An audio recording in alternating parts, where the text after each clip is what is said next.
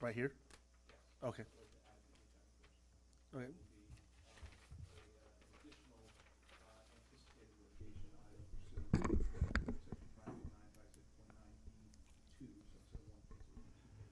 I would like to make a motion that we add item number 13 to our closed session for discussion of potential litigation.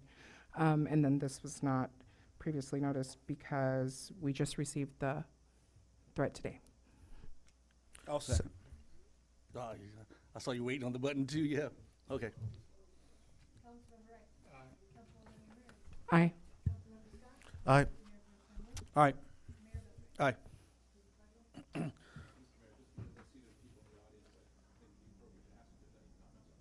Yes. I'm gonna read the little statement for, no worries. A closed session of the city council may be held in accordance with the state law, which may include but not limited to the following types of items: personal matters, labor negotiations, security matters, providing instruction to real property negotiations, and conference with legal counsel regarding pending litigation. The closed sessions will be held at City Council Conference Room located at 6136 Adobe Road, 29 Palms, California. Any public comment on closed session items may be taken before the closed sessions.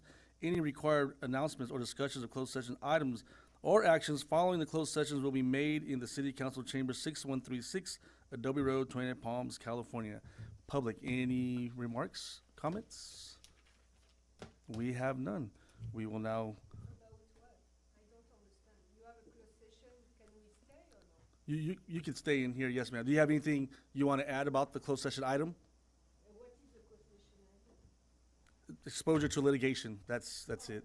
Okay, yes, ma'am. And we're moving to the room.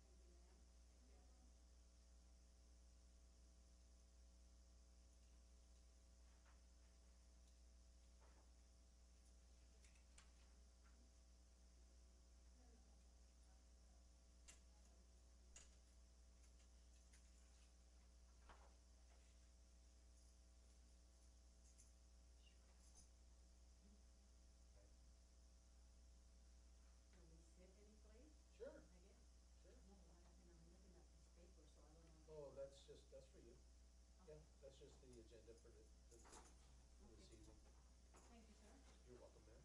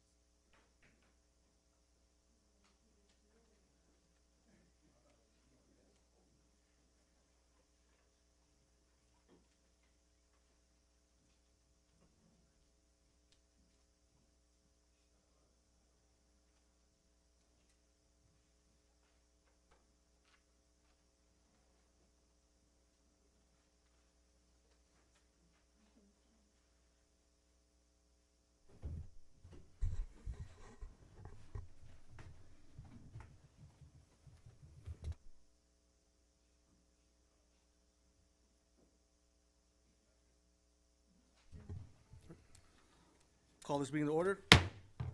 Mr. Paul Raza, would you lead us in the pledge?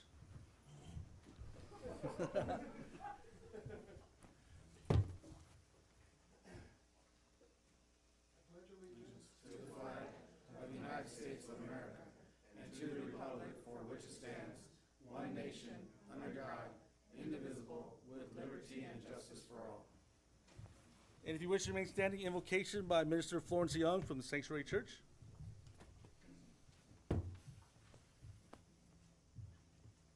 Good evening. Heavenly Father, we just thank you for this opportunity to gather together, Lord. We just, first of all, acknowledge you as being all-powerful, all-knowing, Father God, and we know that we can do nothing separate from you. So, Lord, we just ask that you just allow wisdom to reign over this meeting. We thank you for this council that has gathered together, Father God. We thank you that you'll give them wisdom to make decisions that will promote justice, peace, and the common good.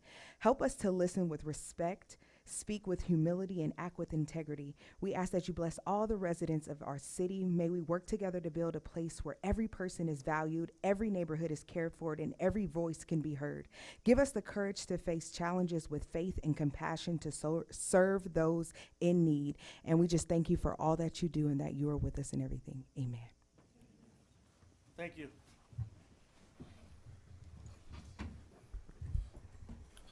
Roll call.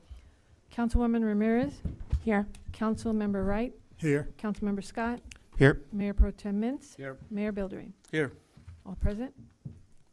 Closed session announcements. There are no announcements from the closed session. We will be going back into the closed session after. That's why we're running a little late. We didn't get to finish up, so sorry about the being starting late, but we will be going back after. Just giving you guys all a heads up. Changes the agenda. All right, announcements. These proceedings may be viewed on demand on the City of 29 Palms website, www.29palms.org.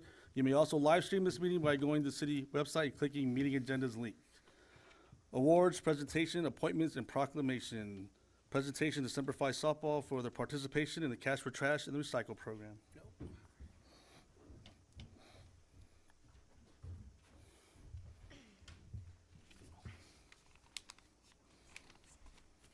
Oh, good, you have Yes, a cue card, that's good. yes, I So do. I'm gonna ask you, where'd you pick up your trash at? In the lot behind Castaneda's, That's, yeah, okay, and was there a lot of trash? 17 bags of trash, 17 bags, all right, 3 large items, and 1 tire. one tire. Okay, well, this is for a softball team, right? So Yes, this is, $300 from the city of 29 Palms, thank you. and this is $300 from Burtec. Thank you. You're welcome, and congratulations. Thank Good you. job for keeping our city clean.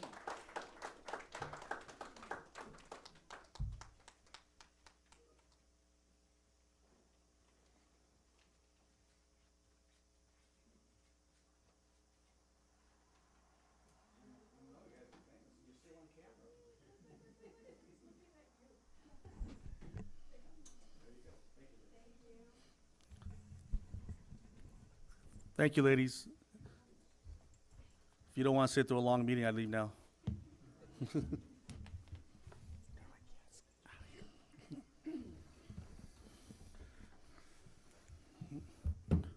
Right, number 3, presentation of the city's annual comprehensive financial report.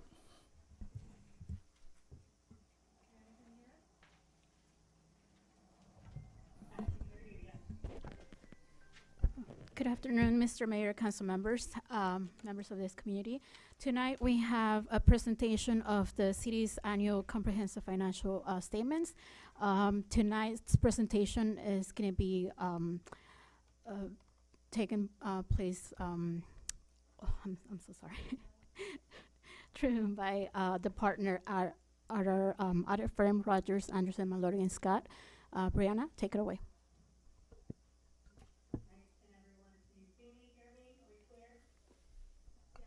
Yes, we can hear you.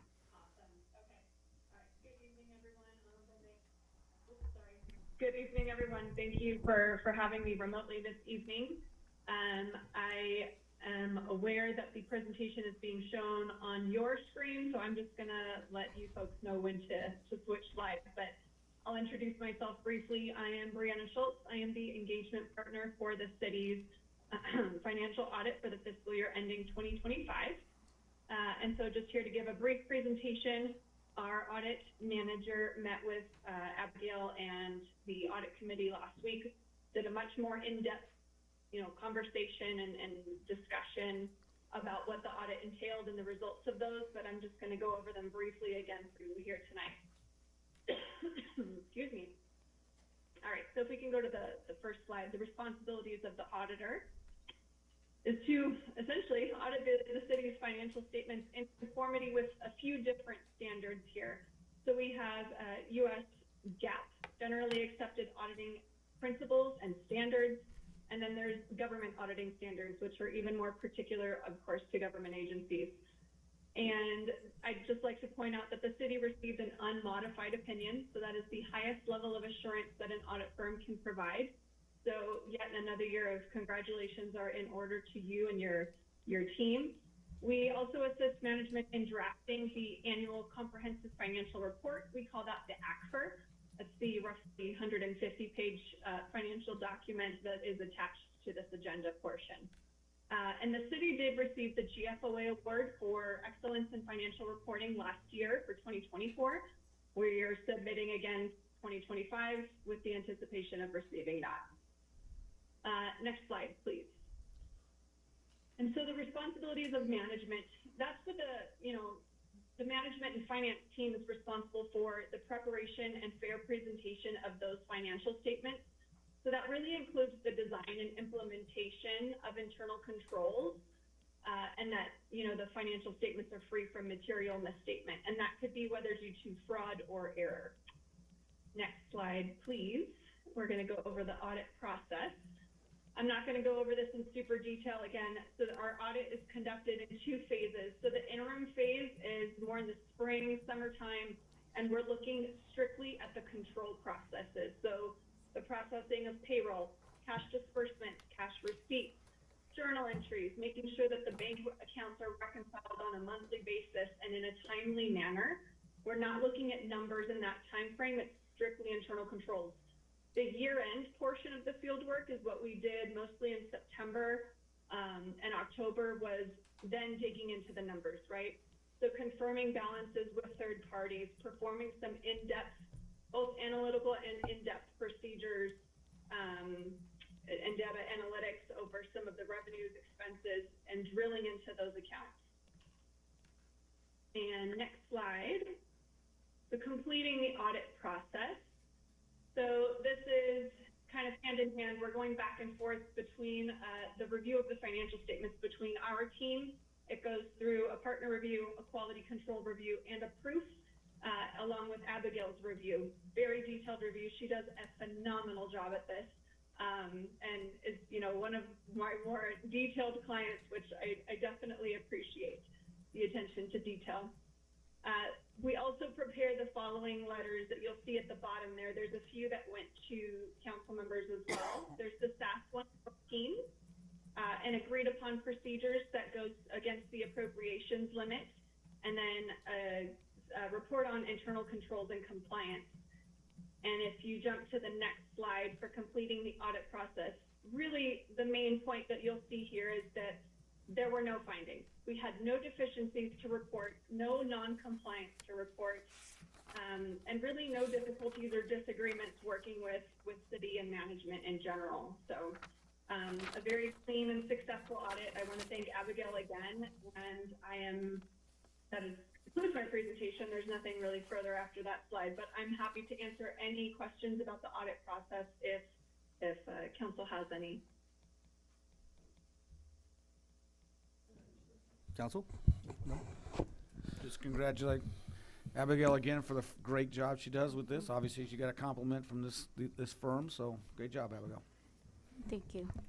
Also, public, done?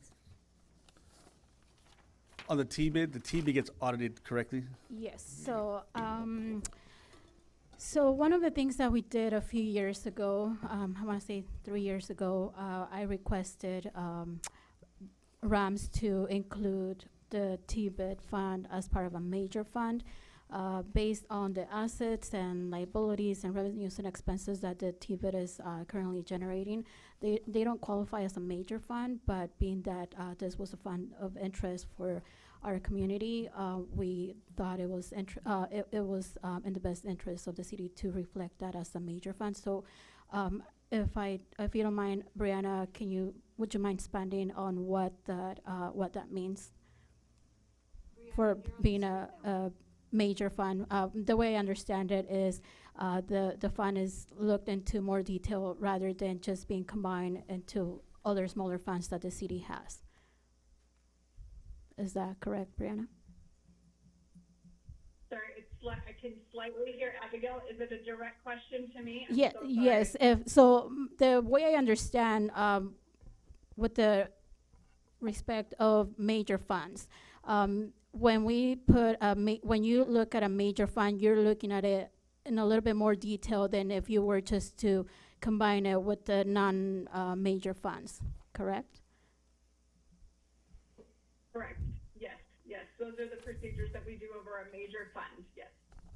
So that, like I said, that was, the TIBA doesn't qualify for a major fund, but the city, staff decided that because, it was attracting interest from the public, we thought it was better to show it as a major fund instead of combining it with the all other smaller funds that the city has.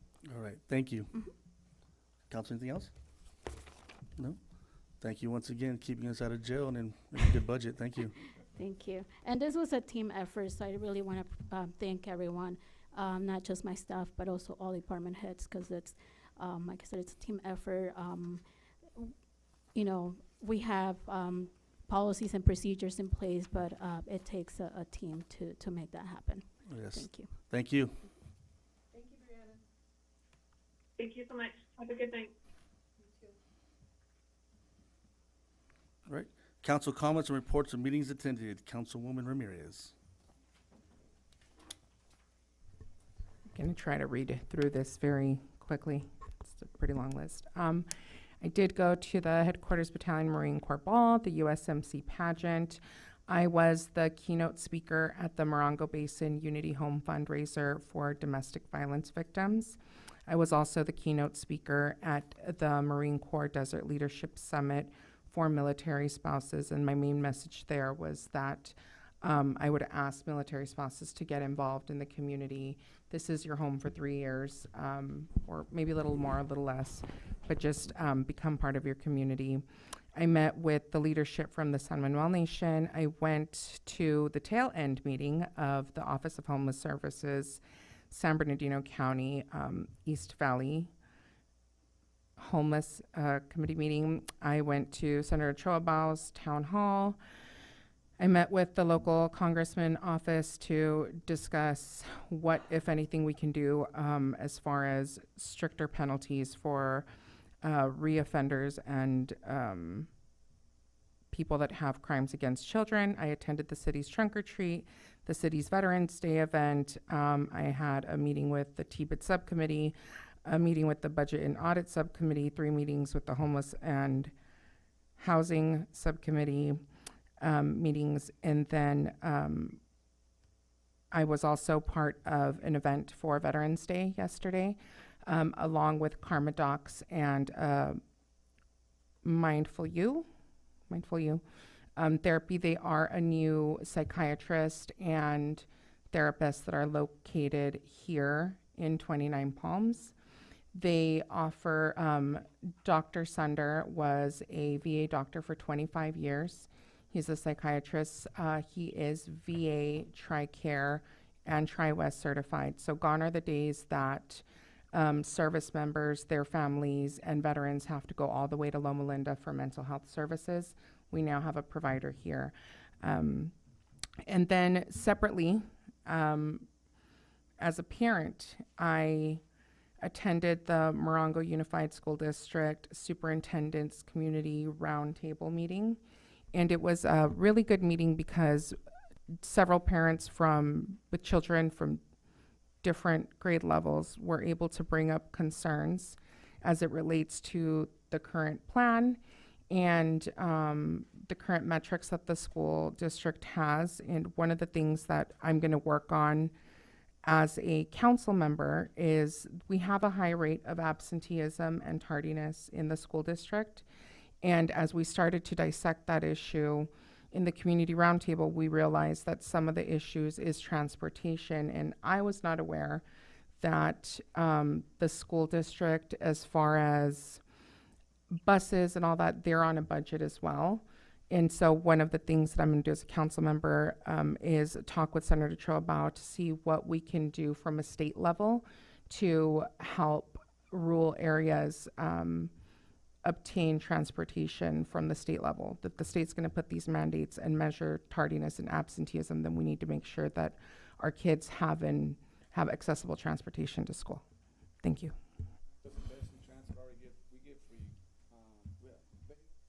Basin Transit already gives free transportation to the school kids. All they got to do is call the Ready Ride or take the bus. The Ready Ride will pick them up. So.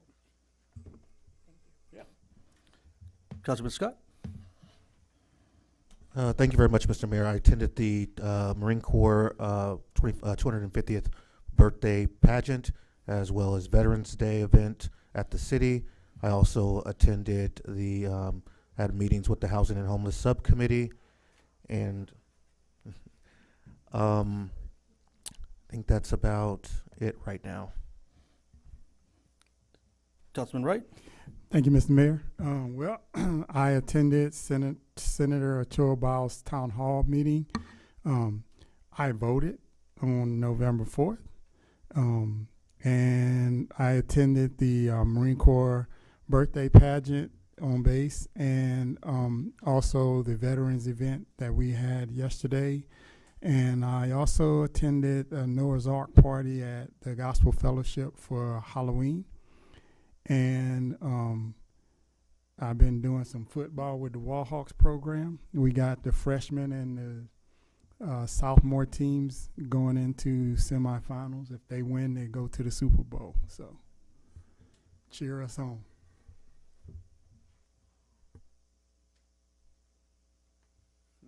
Mayor Pro Tem? Yes, Mr. Mayor. I also went to the state senator's town hall meeting at Freedom Plaza. Went out to the races last weekend. There isn't much you can do as an observer, but there was at least 1,000 motorhomes / camping. There was a lot of people there that came into 29 Palms to visit. Went to the ribbon cutting at Iconic Parlor. Yes, it's a new business right here in town, just down the street. Let's see. I drove by the trucker treat thing. I wasn't able to go. I had another commitment, but there was a lot of people. The whole parking lot, the dirt parking lot where for the hotel was completely full, and of course all the parking in the middle was full. So there was greatly attendance. That's a great thing. I helped move the food bank from one set of Connex boxes to the other, and the Boy Scouts helped out. I was hoping they would come and kind of give their report. Also, I had my SBTCA meeting down in San Bernardino, and then dropped by the cleanup on Saturday. It was very well attended. Staff did a great job moving it along.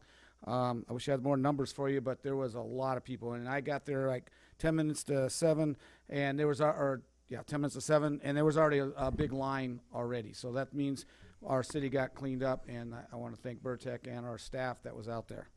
I also went to the Marine Corps Ball, and I also attended a local cake cutting thanks to the mayor. I appreciate that.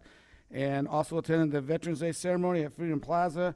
Had a great turnout. There was a lot of people there. And also the mayor did a great job on his presentation, because obviously the folks that from the base couldn't come out because they weren't allowed. And he did a great job on filling in. So thank you, Mr. Mayor.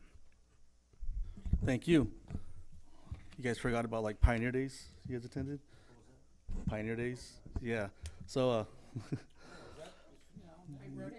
yeah, because we had a meeting on the 28th. So I attended the Little Pioneer pageant, the mixer, got to be speaker of the mixer, pancake breakfast, the Desert Vibes concerts, the Wild West Hoedown.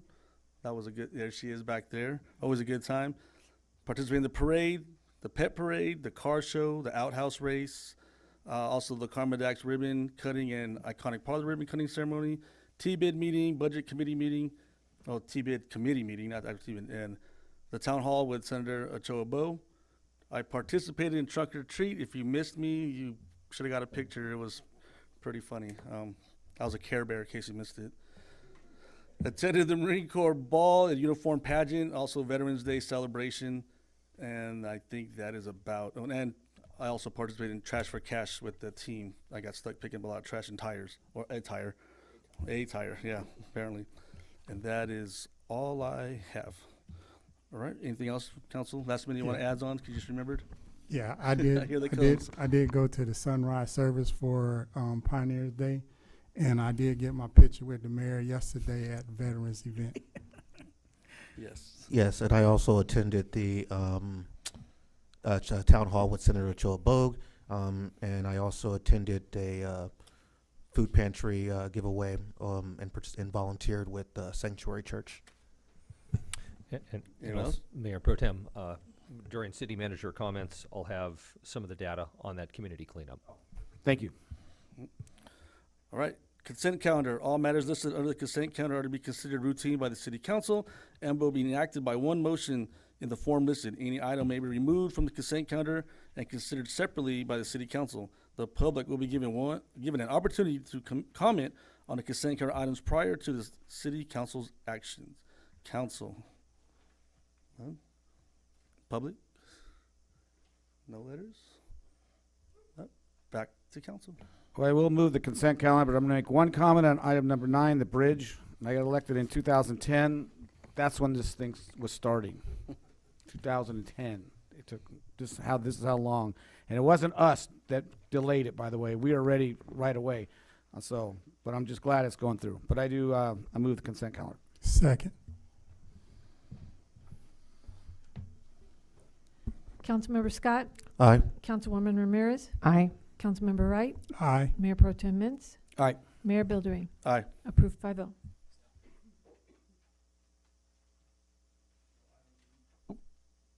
Come on. No items removed. Public hearing. Number 11, adoption to the 2025 California Building Code published by the International Code Council. Good evening, Honorable Mayor, City Council, City Staff. Before you this evening is proposed ordinance that would amend Title 18 of the 29 Palms Municipal Code by adopting the most recent editions of the California Building Codes. Effective July 1st, 2024, the state of California mandated the adoption of the 2025 editions of the California Code of Regulations, Title 24, Parts 1 through 12, which includes the California Building Codes, Plumbing, Mechanical, Electrical, Residential, Green Building and Energy Codes, and for the first time, the Wildland Urban Interface Code. After the state code is published, every city, town, and county throughout the state has the opportunity to adopt the codes with amendments based on local geologic, topographic, and/or climatic conditions. Our local amendments described in the staff report are consistent with prior amendments and adoptions and reflect no changes from the last code cycle, with the exception the California Residential Code will not be amended until 2031. Now, at this point, I'd like to ask if there are any questions. Any questions for you guys? Nope. Public? Nobody, all right.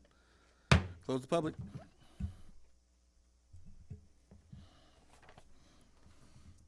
What resolution is this, Andy? 2522.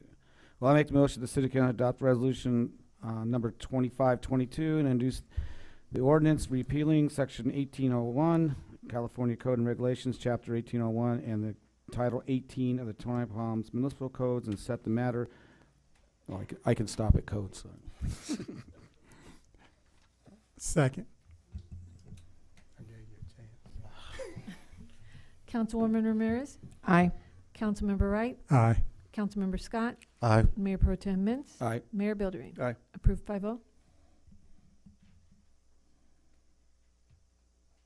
Discussion and potential action items. Number 12, visit 29 Palms Visitor Center in-state. It's like too many words together. Thank you, Mayor. I'll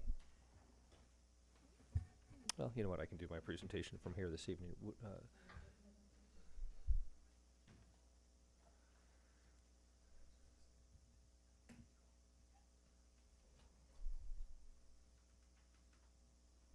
Perfect. Okay, great. Could you, oh, we can.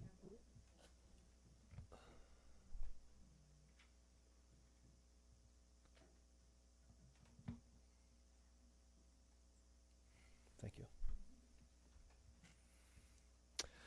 Okay, good evening, Mayor, Mayor Pro Tem, council members. Thank you for the opportunity to discuss this evening.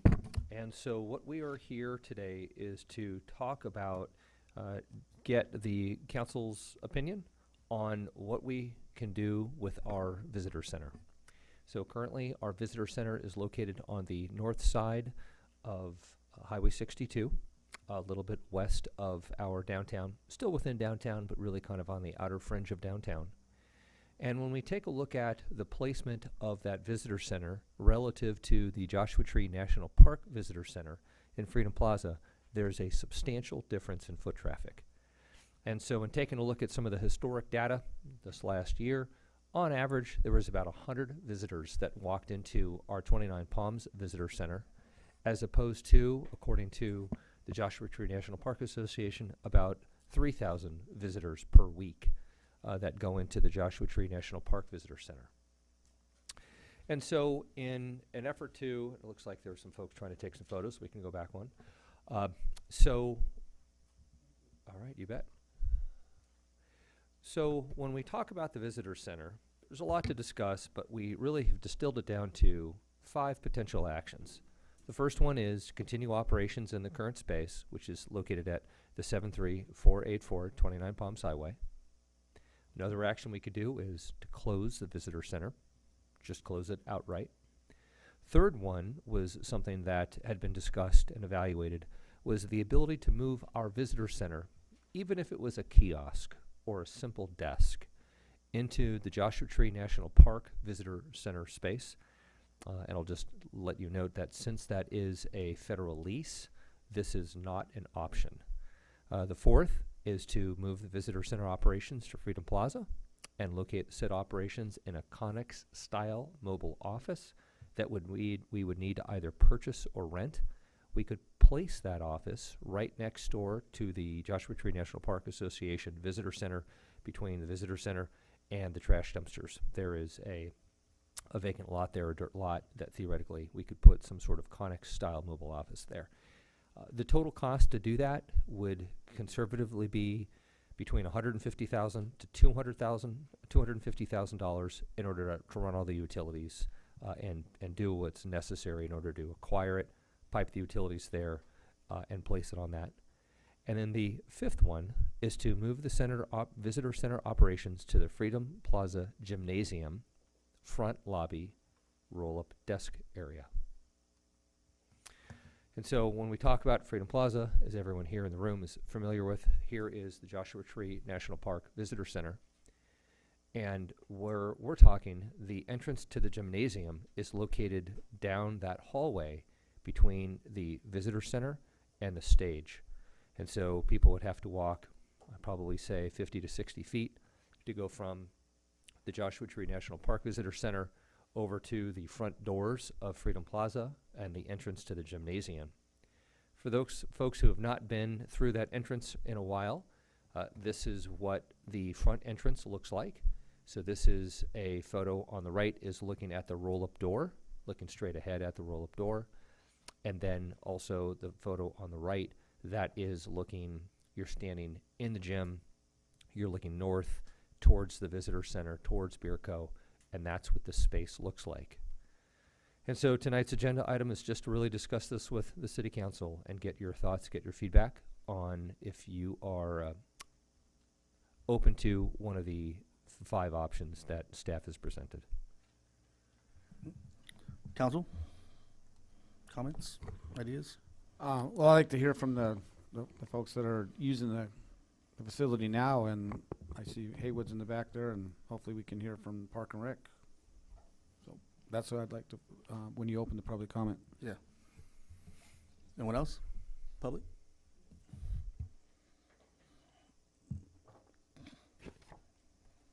Paul Razzo? Just 12, right? Hello, everyone. First off, as chair of the PAC, I just want to say that losing this location would be very saddening, as it served for many years as a gallery space for local artists to reach a global audience that they may otherwise never have see their work. As a business owner and stakeholder in this city, it is also concerning to see it close. We've made great strides towards tourism efforts this year, and closing our visitor center seems like we're taking one step forward and 2 steps back. I truly hope that wherever the new location is built with aesthetics and intention in mind, so as not to underscore the hurdles that have been leapt by everyone in the effort of positioning ourselves as a arts and tourism destination. In that regard, I hope you all read our recent write-up in ladowntownnews.com. However, if a move must happen, it would be a great opportunity for the council to consider using it as a means of enticing and curating new businesses in town. Consider a discounted pop-up style short-term lease idea for eligible entrepreneurs who are looking to make the leap into brick and mortar in 29 Palms. While we have an amazing portfolio of existing businesses, there are still gaps to be filled. Thank you. Thank you. Susan Piplo? Oh, there she is.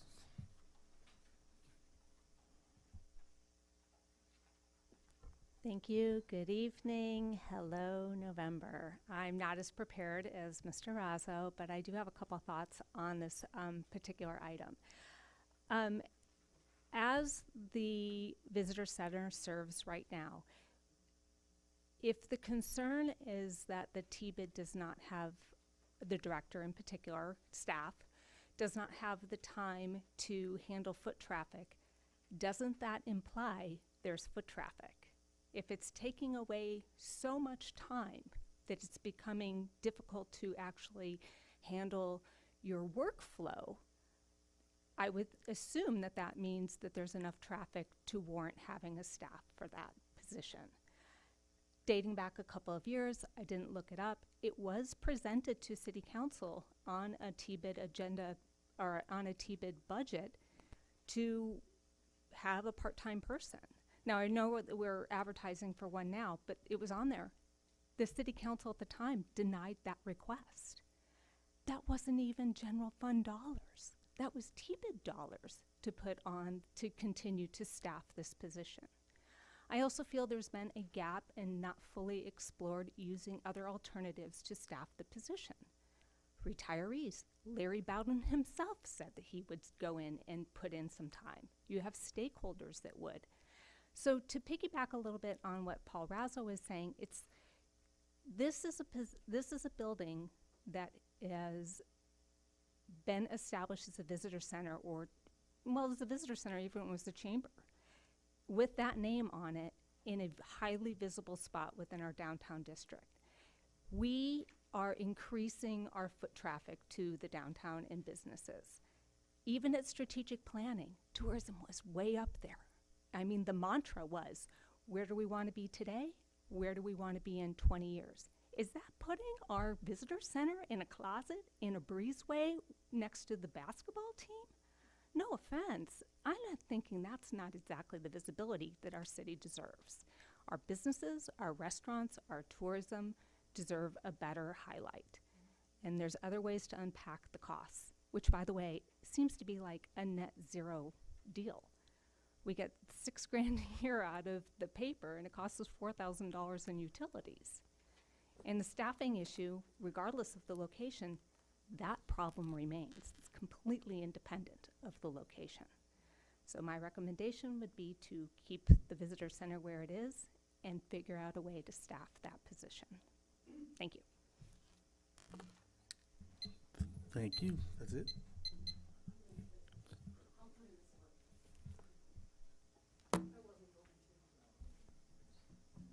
Yeah, I just want to piggyback on what Susan said, because, you know, there's great symbolic value in having a dedicated building be a visitor center in terms of community pride. and to put it in the roll-up station. I mean, that room is storage. There's not adequate storage for the gym. So there's a lot of stuff in that room. I know because I've used the community center a couple of times for Desert Trumpet and Indian Cove Neighbors. So it seems to me that one also has to consider the symbolic value of the building, the work that Chuck Kaplinger put in to design the front of the building to be attractive to visitors. And, you know, speaking towards what Paul said, and that the gallery area is designed to be a gallery area. I believe the PAC bought lighting in order to light that wall properly, which is not going to exist in any of the other suggested places. And you're making $2,000 a year currently from that building. There's also, in addition to the visitor center aspect, there is, you know, the conference room, which is where the PAC used to actually meet at one point in time. And the conference room is also super usable for a lot of different purposes. So I would also encourage you to really think thoroughly before deciding to move this from a building that's very well situated. It's not on the edge of downtown, it's right in downtown. So yeah, please give that considerable consideration. Thanks. Do you want to hear from Brian? Yeah. Well, is that it with all the people? That's all, yeah, that's it. Well, I'd like to hear from some staff. Brianne, could you, I have a couple of questions for you.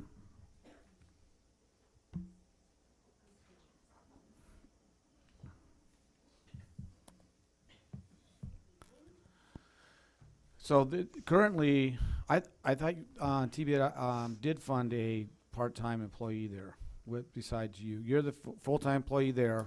Isn't there a part-time employee also? There is, yes. There is, okay. The position is currently vacant, but yes, It's the vacant. TBID, when we formed in 2017 and the development of a full-time staff position was created, it was a question of where will that staff work from.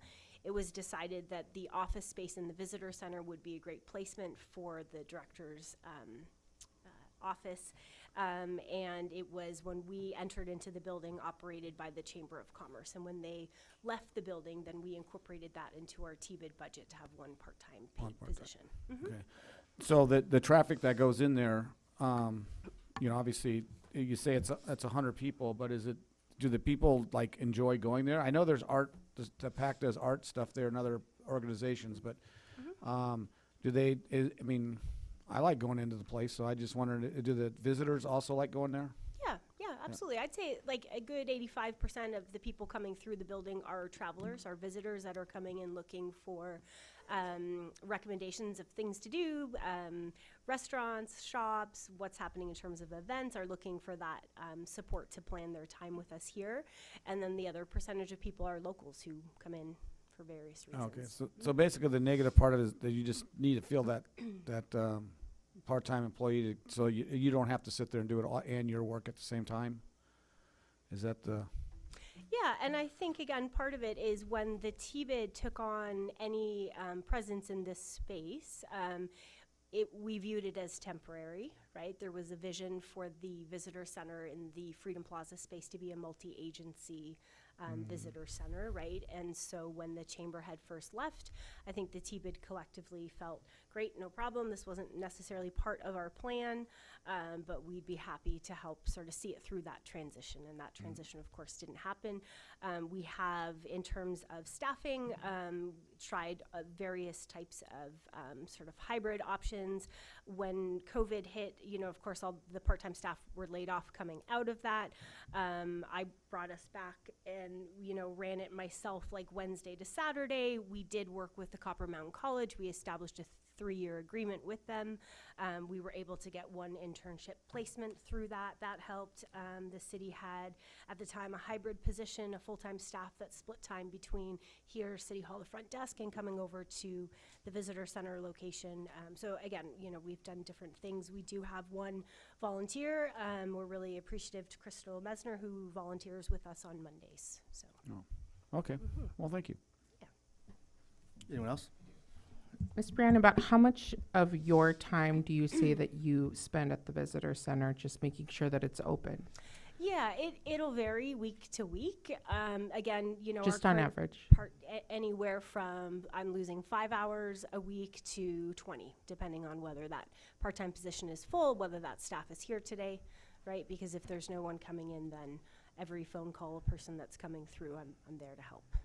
And then Mr. Razzo made notice of the fact that there's art in there from local artists. Just an average or a ballpark, about how many pieces of art would you say are in there? So those quarterly exhibits also change from show to show. It could be on the high end as many as 30 different individual artists have work on display. The PAC is also organized in partnership with other arts organizations, you know, different types of shows that maybe feature student work, or maybe it's a smaller group of maybe 10 to 12 artists, so it varies. Thank you. Anyone else? No? Hours of operation? Currently 11 to 3, Monday to Friday, and 10 to 2 on Saturdays. Is a high traffic every single day like that, or do you see down days and up days? The or it weekends are varies? really slow, so we did make some adjustments back in January. We reduced the weekday hours slightly and dropped Sunday. We had nobody coming through on Sunday, and that was consistent. And it's you never know what's going to happen. That's the beauty of it. A Monday might be wildly busy, and the Tuesday, you know, just a handful of people, and you think, okay, you never know. You really never know. Okay, thank you. Thank you. Do you want to call Haywood in? Yes, I'd like to hear from Park and Rec, please. Haywood?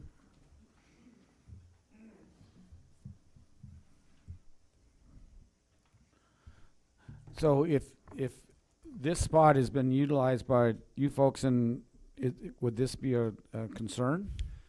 So when I had a conversation about this, the proximity and the location to the visitor center makes sense, but there are still some questions in regards to the staffing complexities. Open gym runs 12:30 to 4:30, Monday through Friday. And if you've ever been in there when the kids are out of school, there's a lot of them, especially on Wednesdays when they're early release. That gym gets used by these youth every day. So there could be possible noise distractions.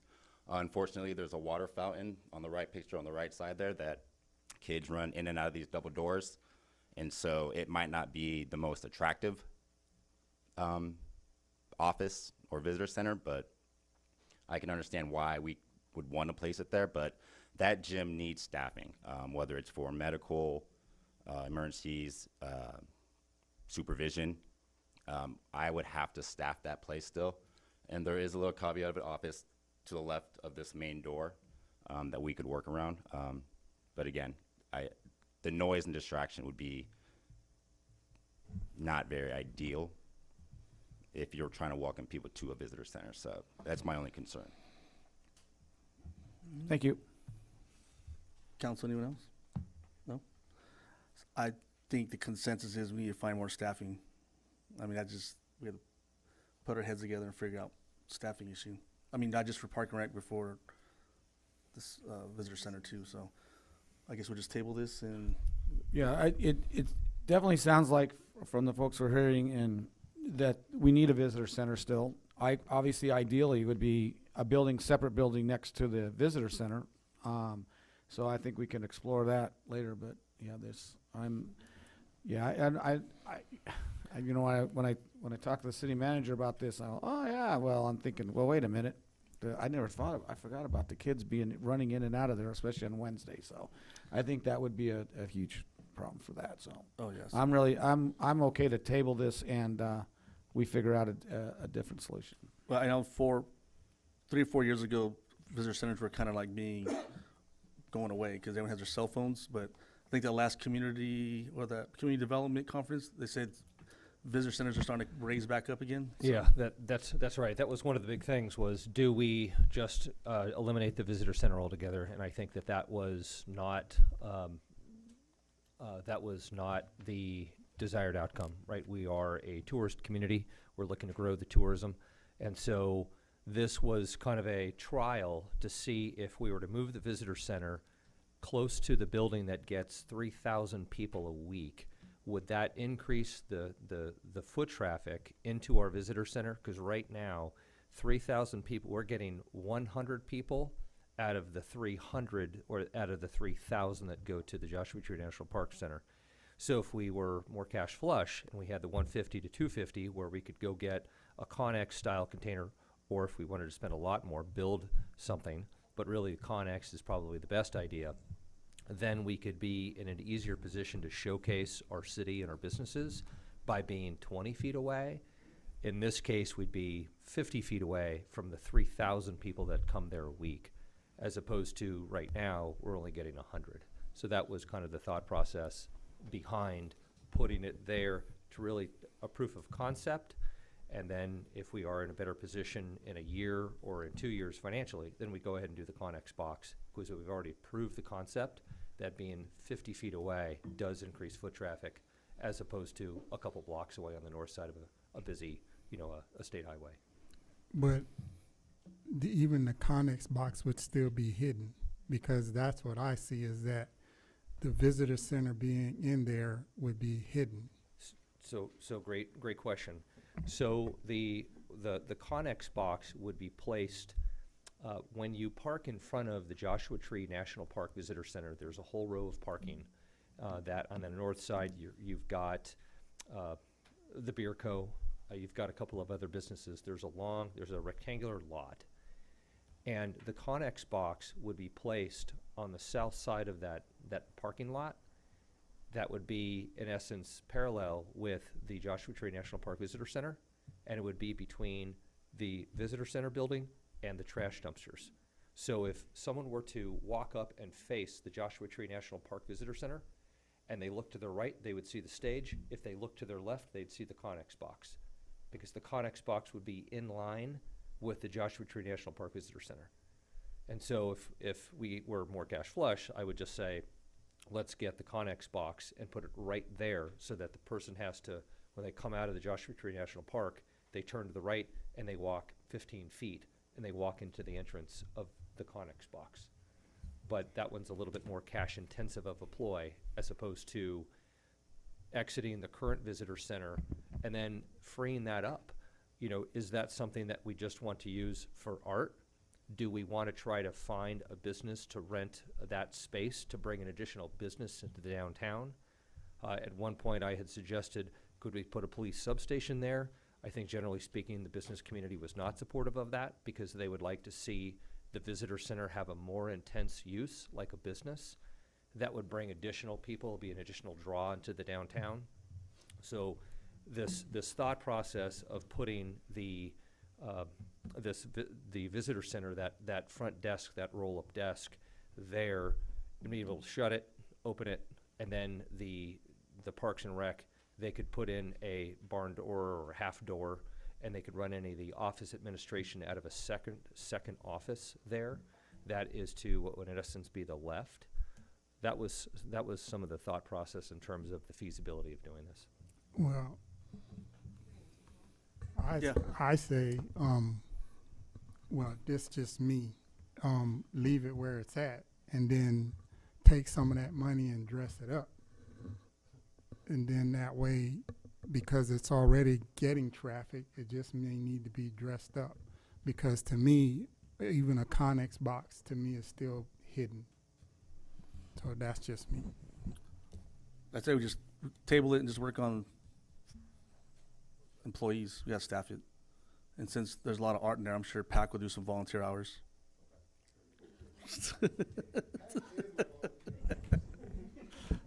So I feel like right now, what I'm doing right now. Okay, if we good? Yep. We're tabling it. Can I make a comment? It's too late. You had 20 minutes. All right. We good? All right, table that one. Moving on to 13. Update the city fee waiver policy number 1 and facility rental rules and regulations.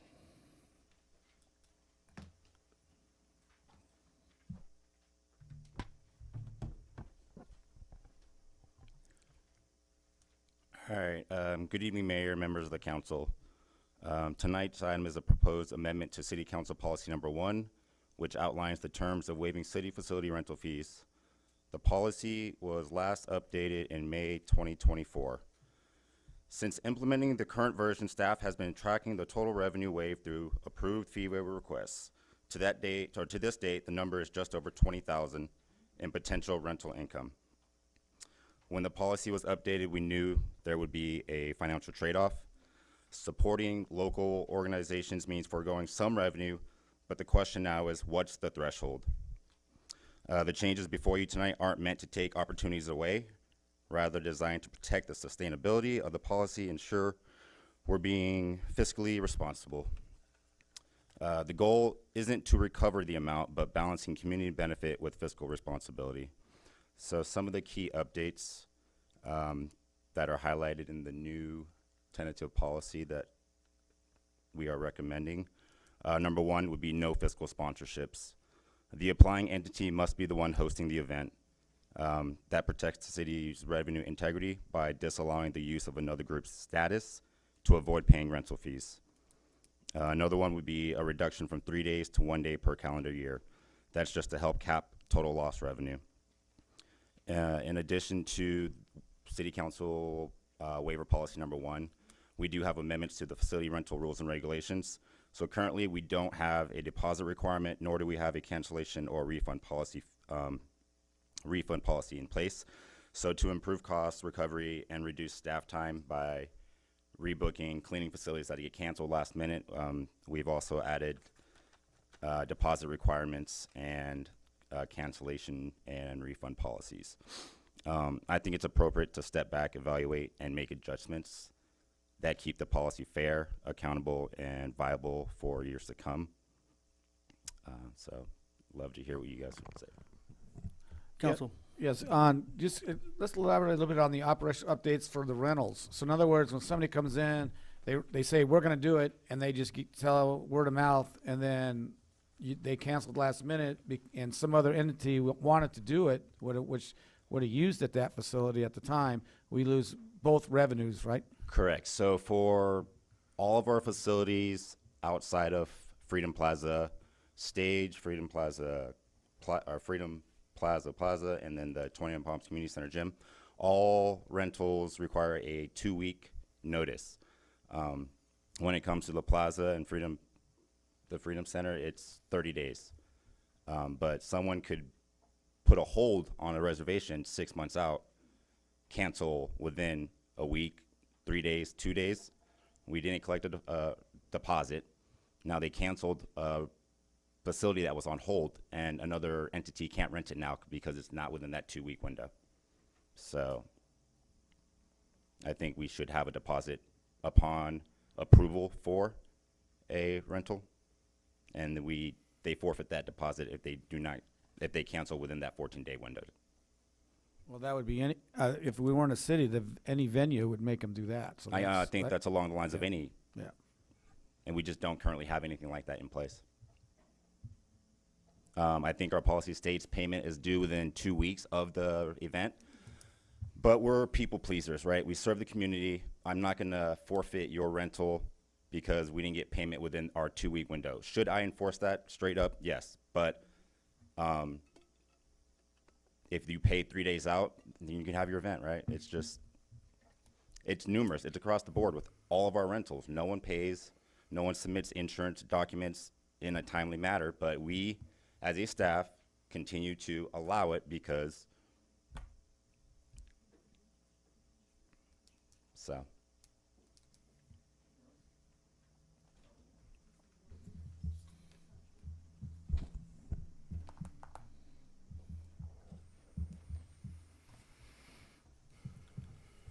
Jonathan Hume?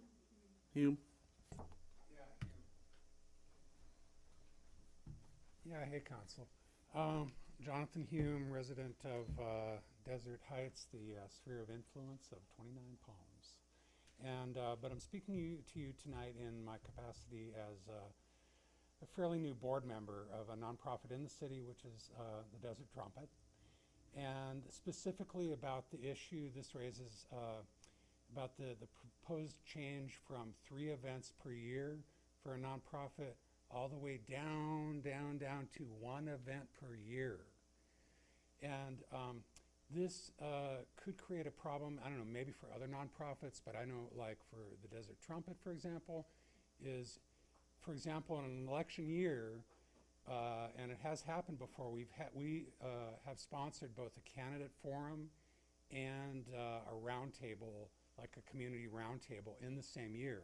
And I think this reduction, I mean, I understand like there needs to be a balance between, you know, not giving away the store as far as, hey, this is costing the city $20,000 in the last year, but that needs to be balanced with the civic, you know, responsibility of the city to do some of to provide a space for some of these events that are, you know, and there are all kinds of events nonprofits put on, but I would argue some of these are really civically pretty urgent and important. And cutting that down from 3 to 1 per year is really putting a hard cap that I think is going to be ultimately to the detriment of the city, and that should at least be considered, like at a minimum having it at 2. Although I have to say, if there's $20,000 worth of waivers in a year, that to me, I don't know how many days that translates into, but that doesn't sound like an enormous number of days to me. So I wonder how much it's really hurting the city to have that where it is now at 3. You know, so I would urge you guys to consider that aspect of it before taking the really somewhat draconian step of crushing that all the way down to 1 event per year for a nonprofit. Thanks. Thank you. Cindy Bernard?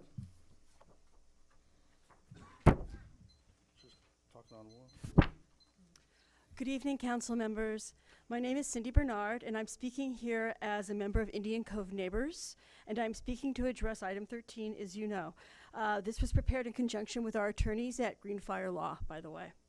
While the city frames these policy changes as administrative updates, you are effectively introducing restrictions that specifically target any nonprofit engaged in protected speech against the city or operating under a fiscal sponsor.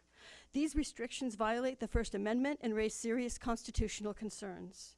First, they are retaliatory and unconstitutional. As you are aware, the First Amendment prohibits the government from conditioning access to public facilities on whether a group's viewpoint aligns with the government. In Rosenberger versus v. Rector, the Supreme Court affirmed that when the government opens a forum for expressive activity, it may not discriminate against speech on the basis of viewpoint. Likewise, and with even stronger application to the situation at hand, the Supreme Court held in Lamb's Chapel versus Sena Marishi's Union Free School District that denying the use of public facilities based on the speaker's perspective constitutes impermissible viewpoint discrimination. The city is not required to designate facilities for public use. But once it does, it cannot then condition access to these public forums based on viewpoint. Denying fee waivers to citizens because they have sued the city is in effect punishment for exercising the constitutional right to petition the government for redress of grievances. A policy then that selectively bars citizens from fee waivers just because they criticize the government is not only unlawful, but strikes at the core of the First Amendment. Furthermore, the city's own past practices contradict these proposed restrictions. 29 Palms has long partnered with fiscally sponsored nonprofits, granting them leases, funding, and fee waivers. Disqualifying those same groups now from fee waivers simply because they've pursued legal action undermines transparency and fairness in public governance. Finally, this policy chills civic participation. The organizations that are most affected, the ones that host town halls, educate residents, and encourage public engagement, are the same ones you should be supporting, not silencing. We respectfully urge the council to remove the disqualifying language related to pending litigation with the city and fiscal sponsorships, and direct staff to bring back a neutral, viewpoint independent policy.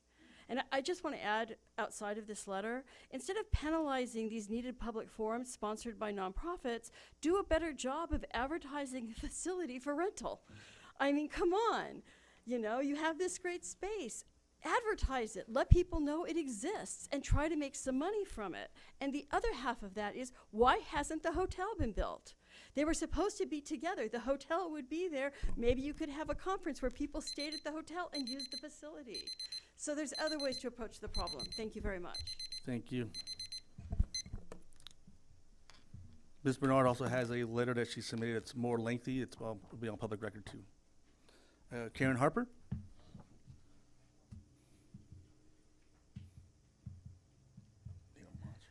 Good evening, Mayor and City Council.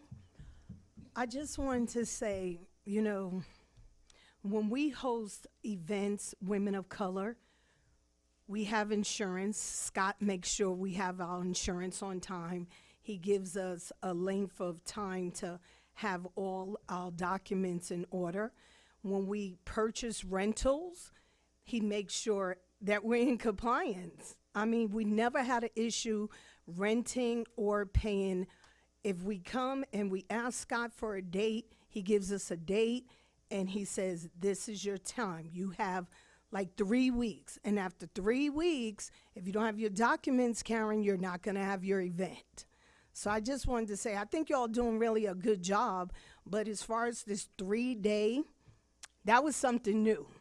That really was. Because I remember when y'all gave out the 3 days, y'all gave it for a reason when we got those 3 days.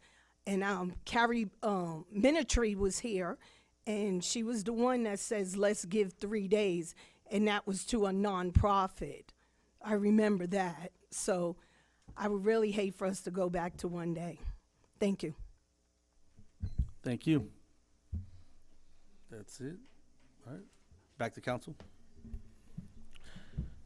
Yeah, I definitely understand that we have to be mindful with our budget and spending. I'm wondering if there's some compromise here.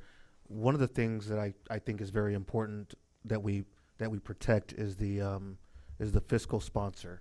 A lot of the community-based organizations here, they have fiscal sponsors. Even the 29 Palms Music Committee has a fiscal sponsor, which is Basin-wide Foundation. And so I think that we'd be preventing a lot of organizations from utilizing this space if we kept that language. And in terms of compromising, I mean, 3 to 1, I wonder if we can just go to 2 and monitor it for a year and then maybe come back and revisit that next year and see if we need to make another adjustment, because a lot of organizations have already planned to use the space. Anyone else? No? Yeah, I've been wrestling with it since we got the report and all that, and I do agree with going to 2 and not all the way down to 1 for nonprofits. But I do agree that they need to have the right, documents and requirements and things like that to use the facility. Well, it's going from 3 to 1. I could compromise also with going to 2 and let Park and Rec come back to us in a year and say, well, it worked out okay. But I am definitely, as far as the language, like when the music association using the basin, that's but that how would that be exempt from that though? I mean, even though the Basin-wide Foundation was the ones who did it, but they had they still had a nonprofit type, civic type organization use the facility. So as it currently states in ineligible fee waivers, and maybe we can just clean up the language. Number 1, organizations based outside of City of 29 Palms, unless the demonstrated benefits are primarily to the residents of 29 Palms. And that's still in there. We're not going to change that part. So they were still okay. I didn't think that actually came up, but that was a good point to bring up, because they are definitely a recognized nonprofit. The foundation is, and obviously the music association that they did was definitely 29 Palms benefit. So it just sounds like we just need to clean the language up a little bit. Well, no, it sounds like it's already there. that part's there. I just wanted to clarify. I mean, part. with that one part that just says no fiscal sponsor, I wonder if that conflicts with that statement. Oh, I don't. That wouldn't. I don't know. Somebody have to tell me. Patrick, you can tell us, or So one of the concerns about the fiscal sponsor is we had a situation where there is a local for-profit business that is using a nonprofit out of Los Angeles in order to get a fee waiver so that they can have a for-profit event. And so I think that's kind of what that's striking at, is if it's a local nonprofit that's maybe using Basin-Wide Foundation, which is a basin nonprofit that has a history of doing things for the benefit of either individual communities or an entire basin, then that is something that is clearly, I think, consistent with the spirit of what the council is trying to accomplish.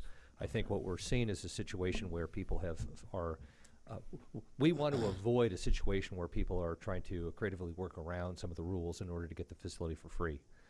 And then, one of the other things too that I think warrants mentioning is that this is about cost recovery, right? And so these costs, when someone uses that and they don't pay, the city is still coming out of the general fund to cover the costs of that usage.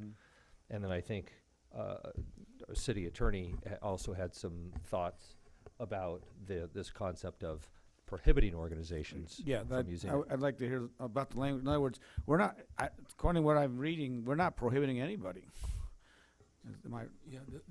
Pardon me, the policy that we're talking about simply relates to waiver of fees. We're not discriminating against anybody who wants to rent the facility. I mean, there may be situations where we wouldn't rent a facility to somebody, but certainly not based on First Amendment, speech type issues.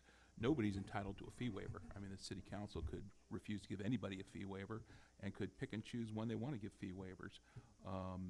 So what we have here is an objective policy for staff to follow. One thing I would suggest for consideration is perhaps adding to the policy a provision that says that if a fee waiver is denied, that the applicant could appeal to the city council, and it wouldn't be subject to the normal administrative appeal procedures. It would just be a special appeal for fee waivers. So staff's kind of hamstrung.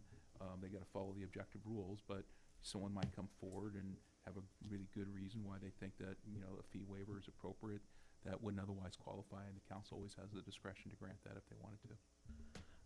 I think that's a great idea because that helps with due process. And so I would, I think that nonprofit, I mean, that's what we do with the planning commission. You can appeal and things like that too. So I think that's something we can do. I'm okay with adding that language to it also, and so I'm okay with the 2 days and adding the language that the city attorney just said. I would like to clarify that if we are going to go with the 2 days, that it be per calendar year and not, 2 days at Freedom Plaza, 2 days at Patriotic Hall, 2 days at, that it's just per calendar year. Okay. One facility. You can use Patriotic Hall one day, and you can and then you can use Freedom Plaza the other day. It's not two at Freedom Plaza, 2 at Patriotic Hall. Yes.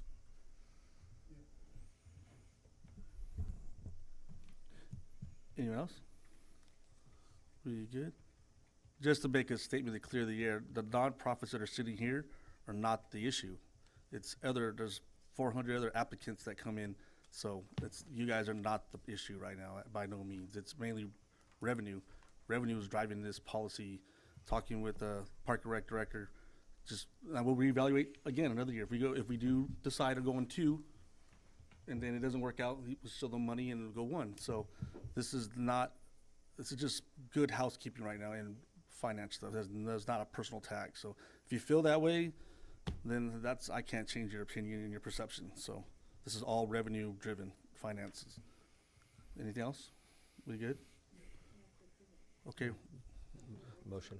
I need the motion. Well, let's see if I can get the motion right. I'll make a motion to, can you go down a little bit, please? That we amend policy number 1. We'll limit it to 2 days, and then we'll also include the language at the end that if there's an appeal to the city council, that the fee to appeal to the city council would be waived. Second.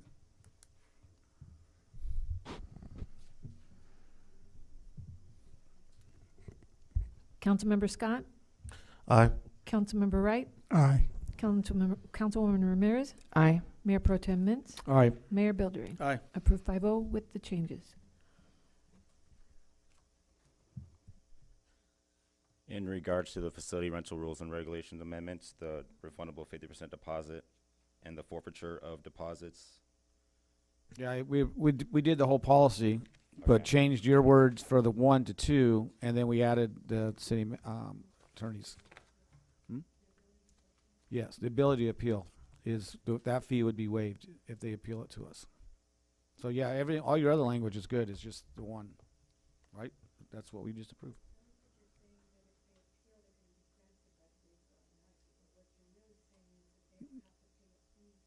Yeah, that's what I see. Yeah, it's they can appeal to us, but the fee to appeal a staff decision, we're not going to charge the fee. And then really just to kind of further articulate that, so then there would be an appeal. The event request would go to the city council to be heard during a regularly scheduled city council meeting, and then the council would opine as to whether or not they would grant the fee waiver. Correct. Very good. They're just not going to charge a fee. Right. No. Oh, okay.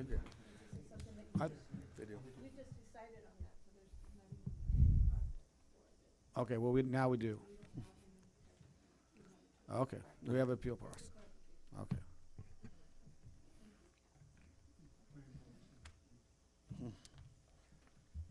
We good? Thank you. Thank you. Sorry, I need some clarity, I'm sorry. I have an event, and we have an event for the whole month, for the whole month at Freedom Plaza. Is that gonna change anytime soon? Because we have that event for Black History, the whole month in February, every Friday. You talk to the city manager afterwards. Yeah. Every, all right, that's 4 days, so even under the old policy, you only get 3. Okay, well, what it is 2 nonprofits that's involved in Black History. That would have to, yeah, that's one of those scenarios you gotta yeah. So, she brings up good points. So all existing facilities that have been reserved under the current policy, May 2024, leave as is. But she says she has 2 nonprofits, so if they get 2 days, that's 4 days. So one of your nonprofits gets 2 days, and the other one gets 2 days. That's 4. No, one nonprofit has 3 days, and one nonprofit has 1 day, because we had 3 days, Okay. you see? So what Haywood's asking is when does this policy take effect? In other words, the people have already planned on the 3 days, already made their reservations. When is the cutoff now? Can we grandfather those organizations? Yeah. How many do we have? I couldn't tell you. Oh, you can't tell me? Okay. I guess we could grandfather them. I mean, just to be civil. I mean, Yeah. Yeah. Well, we'll grant. Yes, we'll grant. If you guys agree. Yeah. Grandfather them, but the other regulations is they can't be canceling 2 days prior, type stuff. For all those to be grandfathered. To answer your question. Not just yours, but all. You tell me. That was my thought. We can make another motion right now I make a motion to grandfather those organizations. So what I'm hearing from the conversation is a couple of different things. One, what I think I'm hearing is that the new rules that relate to making sure you've got deposits, you're going to lose your deposits if you cancel last minute, all those things will apply to everybody starting today. In connection with organizations that already have reservations and that we're anticipating, this is where I'm a little fuzzy, they were anticipating getting a fee waiver based on the old policy and they already have a reservation. It sounds like you're talking about grandfathering them for just this fiscal year, calendar year, you tell me. And I guess I have a question, it's a little unclear to me from your conversation.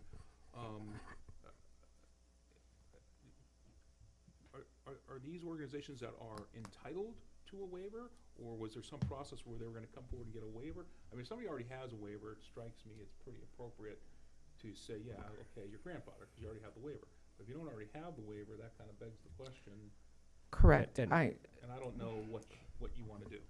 I feel like those that have a waiver already should go, because a reservation doesn't guarantee that you had a waiver already. So if you have a waiver as of today, right now, then those people will be grandfathered in. But if you have a reservation and not a waiver, then I think that the rules should apply. And then I thought they also- automatically got the waiver when they No. no, they don't? Okay. So usually the entity, the individual or group that applies for the reservation isn't the one that's sponsoring the event. I request fee waivers from the nonprofits. So if you don't have a nonprofit title, then you're not requesting a waiver. It's got to come from the nonprofit. And that's one of the things, too, that council may further consider, along with Mr. Munoz's comments. Is it a valid organization? Because it's one thing if it's a local nonprofit that has a history within the community that wants to do a nonprofit for the benefit of the community. It's something different if it is an organization that was using a nonprofit from outside the region as kind of a shell in order to get the waiver. And so that's, I think, something that the council could contemplate, is what part of this goes into effect now, which parts could existing events on the books be allowed to Yeah, go but like forward? women of color have always done Juneteenth, the Black History Month, so it's not like not Yep, that's reinventing right. the wheel. So So that's a known nonprofit. That's a known nonprofit that that's- has been serving the community Yeah. for some time, and so that's a known nonprofit. But other entities that are maybe, and again, an entrepreneurial look of business, I certainly understand why they would do it. But if they are using a nonprofit from outside of the region to come in to our community, and that feels different to me. But this is ultimately a council decision. So I guess we just need to come up with the language of the folks who qualified, already have the waiver, the legitimate waiver that we're talking about here is going to be grandfathered, but the ones who aren't, like the one that's using the outside entity, they would not, then these rules should apply to, not. Yeah. So, I mean, So maybe I could suggest this. If you said that the policy is effective today, anybody who already has a waiver is grandfathered. When you have situations like the women of color event that we were hearing about, if it didn't quite fit in the rules of the new policy, this is kind of part of the point of this appeal procedure. You're just giving objective rules to the city manager or city staff so they know what to do. He could easily bring forward a consent calendar item, waiver for, I'm making this up, women of color event to be consistent with past practices. And Past I mean, practice, okay. That's a real easy thing. I think to that's consent. easy. Yeah, and that's- you don't even have to have a conversation about it. Okay. But if somebody's playing a game, trying to work the system, in that case, if they want to have a waiver, they're going to have to explain themselves. And they have to come to council. Okay, I like that. I like that too. Thank you. yeah, Good. good. We good? I'm going back. That was harder than I thought it was gonna be. All right. 14, discussion items, septic system communications. Mayor, thank you for this agenda item. So we've got our local general manager from the 29 Palms Water District, Matt Schrag. He's been kind enough to join us this evening to talk about septic system management. And this is an opportunity to really provide some information, I think some needed information to the community. We have got some new residents that have moved up here. Some of them may not know that they are on a septic system, and they assume they're on a sewer system. And then also there could be some gaps in knowledge in terms of if you have a septic system, which we all do, what do you do? How often should you maintain it? What are the signs of failure? And what do you need to do to make sure you've got a working system? So with that, Mr. Schrag, thank you for the time. Thank you, guys. Before I go into the discussion about septic management communication, I'd like to take a moment to thank our service members for their dedication, commitment, and sacrifice to each and every one of us to protect our country and allow us to live in this great country. So I just want to say Happy Veterans Day. With that being said, septic system communication, good evening. Mayor and members of the City Council. I would like to take this time to thank each and every one of you for allowing me to have this time to speak tonight on septic tank systems and aquifer protection. I would also like to take a quick second to thank city staff, Dr. Stone James, District Engineer Katie McCoy with Kennedy Jenks, our legislative consultant with Ortega Strategies, Yasmin Nubandi. They've all helped to gather information for this discussion. For several years, the City of 29 Palms and the 29 Palms Water District have been working collaboratively on a salt nutrient management plan. So if you hear me say SNMP, that's the Salt Nutrient Management Plan. This plan was required by the Colorado Regional Quality Control. So when you hear me talk about the water board, that's the water board we're talking about, and there's many water boards in the state. The joint effort between the city and the district was to address potential impacts on lower shallow ground aquifers for potentially impacts with septic systems. The SNMP would take an extra measure to create monitoring of the groundwater and limit potential water quality impacts to the groundwater that arise from the septic tanks in our region. Currently, the water district pulls from 4 different aquifers. In our aquifers, the district is 100% groundwater. So we don't have Colorado River water coming through like High Desert and Joshua Basin have. With no centralized sewer coming through the community, commercial and residential lots rely on septic tanks to hold wastewater, domestic wastewater, onto the property. The district provides drinking water to the customers from deep water aquifers, 300 feet if not deeper. It is the district's understanding that there is a separate clay layer that keeps those two from combining, but luckily with you guys continuing with the USGS study, we're going to find out more on that study. But water naturally flows in the travel of least resistance, so the potential for the shallow groundwater to be contaminate the deep water is definitely there and exists. So septic systems are a potential impact on groundwater, including the water that we drink today. Within the city, there are individual septic tanks for residential, commercial. There are package plants for housing tracts, residential hotels, and commercial areas. With septic systems holding domestic water underground, the potential, again, for the risk of our groundwater is potentially at risk. When properly installed, managed, and maintained, septic systems are considered an acceptable solution to domestic water, wastewater treatment facilities in rural areas.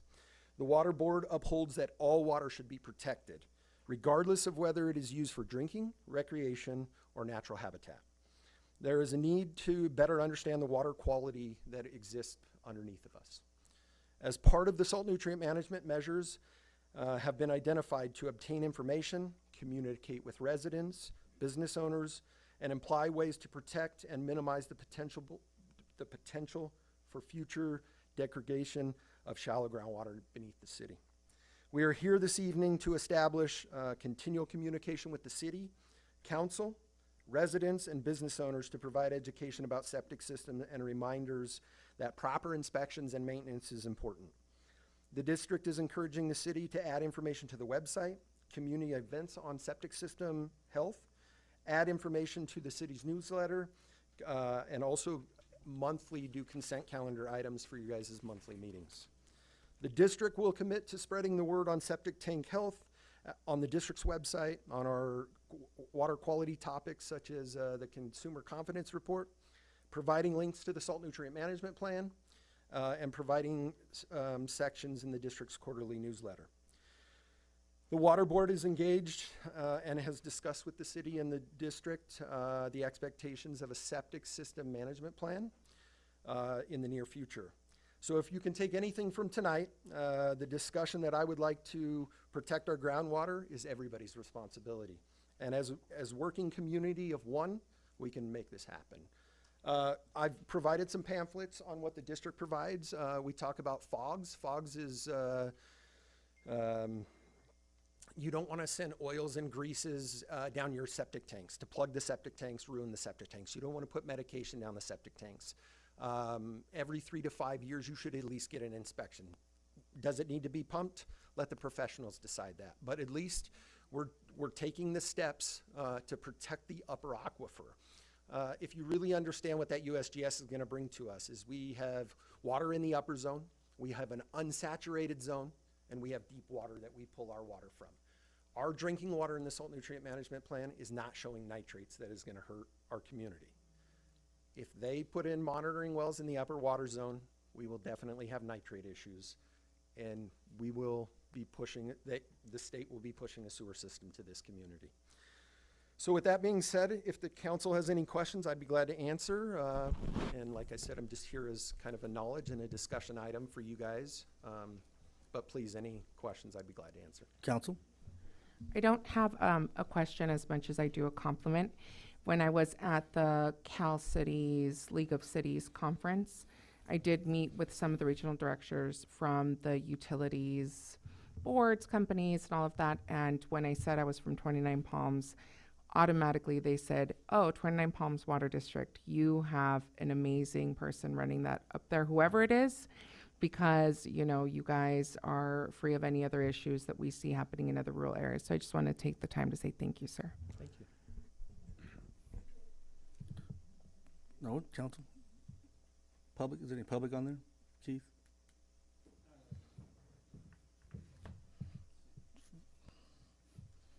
Any 14s?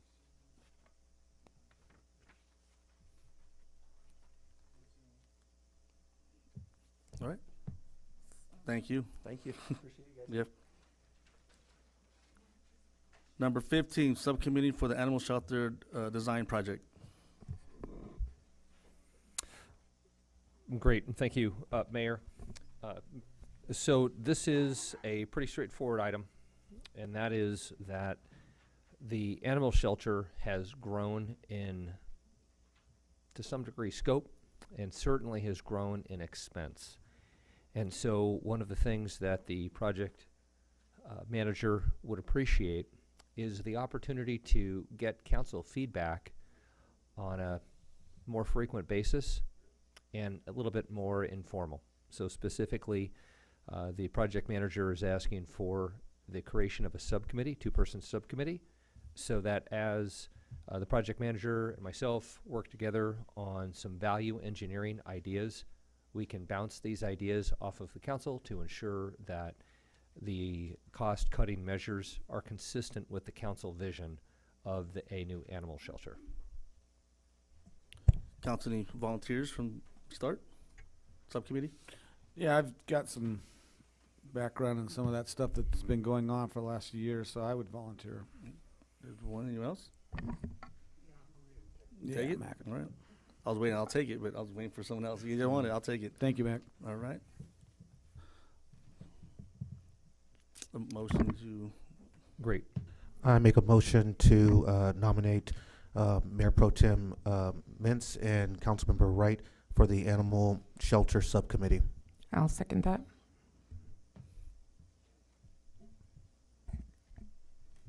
Councilman Wright, Aye. Councilman Scott, Aye. Councilwoman Ramirez, Aye. Mayor Pro Tem Mintz, Aye. Mayor Bildry. before I do the vote, I have a public. Oh. Yeah, I saw it when I was down. Sorry. Yeah. Mayor, Marisol Vincent, I say it right?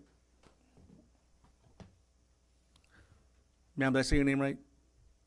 You are perfect. Oh, I've never heard that before. Ms. Vincent, can you put the microphone down? Really? So we can hear you. I never use this kind of stuff. Okay. Do you hear me? Yes. Good night, and I appreciate you give me the time to speak to you. I want to speak about this shelter. First, I don't know why we need a shelter, a new one, with a lot of money to spend when we don't have any money. But that is my question. We ask, it was a question to the constituency, and what is your concern? And the concern was the housing, the affordability, the jobs, the economy, and the homelessness, but not the shelter, not a new shelter. This shelter cost right now for 82 animals, 800,000 a year.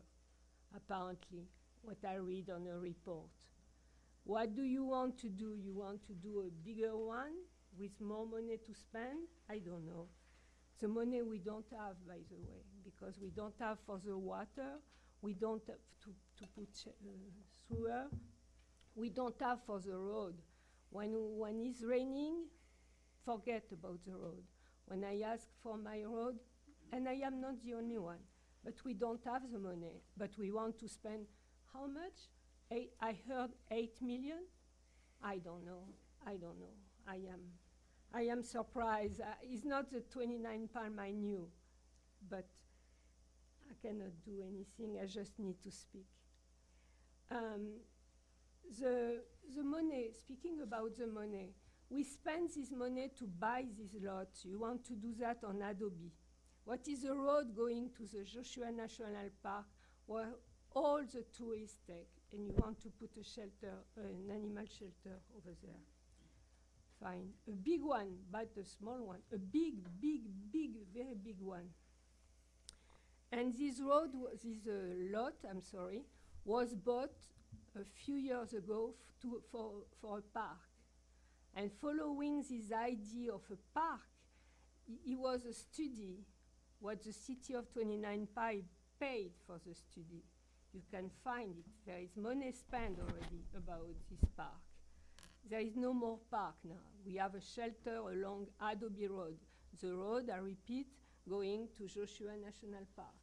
With all the space we have in 29 Palm City, what is very large, you know 29 more than me, we have so much space. No, we put that at Adobe, because Adobe, where the people can go biking, and that is the right place for a shelter.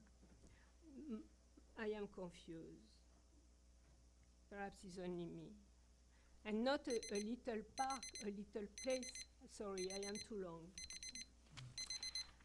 8 million. I heard 8 million. 8 million, I am afraid. If it's 8 million, I would like to have a response, by the way, because that, I want to finish with that. We don't have too many explanations, no too many information about this park or about this shelter. Perhaps we should. Thank you. Thank you.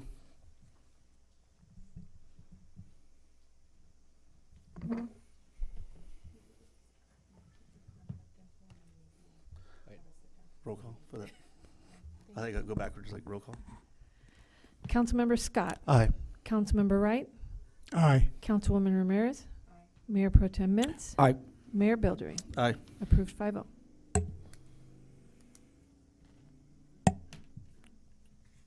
Here's her Thank you, sir. contact info. Thank you. All right, number 16, affordable housing update. But before we go into that, I have a letter, clear up some past stuff, from the California Fair Political Practice Commission from November 4th, 2025. I'll just read what it says from the other perception. I guess that's where we're going to put. This is from the letter.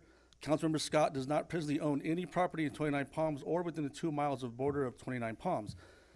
That is associated in the way, that is not associated in any way with the CVHS, nor does he or any of his family members receive any income from the CVHS. Yes, Councilmember Scott's ownership of a home does not create any interest under either act of Section 1090 of the CVHS due to his assistance it provided to his mother when she originally constructed the home in the 90s. And he is not prohibited from participating in council discussions involving projects with the CVHS or CVHC. So just clearing that up from the past meetings. That's the information they received and the stuff they looked at. You are good. All right, moving on. Thank you, Mayor. So tonight's agenda item really has 3 purposes. One is just to provide the City Council and the community a general update on some of the actions that have taken place from a affordable housing standpoint. And in the report, you see the 7 items that were detailed. And then the other 2 items were to discuss, one is 3 acres located west of City Hall. And then the second item was to evaluate or have a preliminary discussion about modifications that can be done to homes to ensure current residents are able to stay in those homes. So really, that another way to look at it is when you take a look at trying to address homelessness, there are a number of different steps, right? You've got some people who might have become temporarily homeless due to a job loss or medical issue or something like that. How do you get them off the street so that they don't fall into the unfortunate trap or situation of chronic homelessness? You've got further left down the spectrum in terms of longer tenured homelessness and the challenges. But then also, if you go to the right side of the spectrum, you've got individuals who may be in homes right now, but maybe they have been aging and they are no longer, the house is no longer suitable for their needs. Like they can't climb in and out of a bathtub. And doing so could actually put them at a fall risk. And a fall at an older age could be life-threatening or life-ending. And so really the two items here this evening is for the council to discuss what can we do about the 3 acres, and then again, kind of unpack, talk about the costs associated with adapting current homes. So with that, I can open up the discussion on the 3 acres. So that was previously approved by the city, and there was a developer, real estate developer, based in Southern California, real estate developer, that had the property under contract. They were interested in moving forward on the parcel. They had made a number of attempts over the years to try to obtain funding to build out the parcel. So the city has $1 million that they could put into that project in addition to putting in land. And that's important because typically what occurs is when you are trying to build an affordable housing project, you have to have city contributions. You have to have additional contributions of capital in order to bridge the gap. Affordable housing projects, since they're subject to prevailing wage and an awful lot of attorney involvement, no offense to the city attorney, an awful lot of a lot of attorney involvement, both from the developer standpoint and the city standpoint. The cost to build affordable housing is actually, in many cases, more than market rate housing. City Manager, I have to interrupt for a second. Patrick, this is, that $1 million has come from the Project Phoenix bond money. So am I allowed to be here for this, even though, since it's back here, not has anything to do with the plaza? Yeah, this would not, spending money from those bonds in this location doesn't have any impact on the basis for the conflict that you have at. Okay. Oh, good. I just wanted. That's location centric. Okay, based good. on Christina's, her business. Okay, good. I just wanted to be sure before we continue. Okay. Yeah, thank you, sir. So anyway, so long story short, Milestone, they had obviously spent good money to get the project entitled. They spent time and effort in order to try to find money to develop the project, but unfortunately they were not able to find any of the financing needed to bridge the gap. Is this project, could that project probably have a cost of, I would say, $30 to $40 million? And so while certainly the $1 million is helpful and the land is helpful, the project cost is substantial. So as a consequence, earlier this year in August, the city attorney reached out and confirmed that Milestone, while they would still like to develop the project, and if they came across money, they would like to build the project, they are no longer in the deal. And so there is an opportunity for the city staff, presumably in first quarter of next year, to take the property out to market through maybe a request for proposal and see if there are other developers who have an interest in making a run at the property who believe that they can obtain the financing necessary in order to go vertical. So with that, council is welcome to discuss this and provide staff any direction. Council? Well, obviously, if they backed out, then this, if I'm still interested in, we can still go to RFP. I'm hoping there's going to be money out there for them. It's very competitive, like you have mentioned in the past, and So if we want to do that again, go make another run at it, then I'm. Did we RFP it the first time? I wasn't here. Mm-hmm. Okay, Oh, perfect. yeah, you can't just pick somebody out to do a $30 million project. Thank you. So if I could just mention for the council's discussion, this evening we can get sort of high-level thoughts, but there's a bunch of regulations under the Surplus Land Act that we have to comply with down the road before we even get into things as simple as, you know, talking out loud about negotiations with anybody. So, you know, getting a feel for what you might want to do down the road is okay, but we can't get any specific. Oh, okay. So the consent, I guess we need to come up with consensus if we want to still pursue putting affordable housing or subsidized housing right here behind City Hall.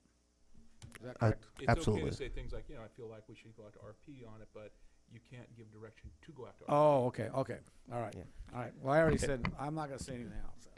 And, you know, the city attorney makes a very Yeah. good point. Going through the Surplus Land Act process, that is a highly regulated process where you've got to put out, you have to issue a notice of intent, and that is, you have to fly that for 60 days. And if anyone responds back, if multiple people respond back, you have to ultimately select, and it's so nuanced and it changes. But the gist is, if somebody responds, an affordable housing developer responds in that 60-day period, then you are obligated to enter into a, Patrick, correct me if I'm wrong, a 90-day exclusive right to negotiate with that affordable housing developer.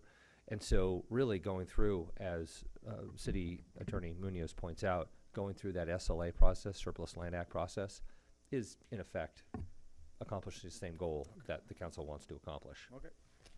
Well, I'm good with it. This, just for my own understanding, the Surplus Land Act that would require, if there's that letter of intent to act within 90 days, that is a state or federal regulation? State.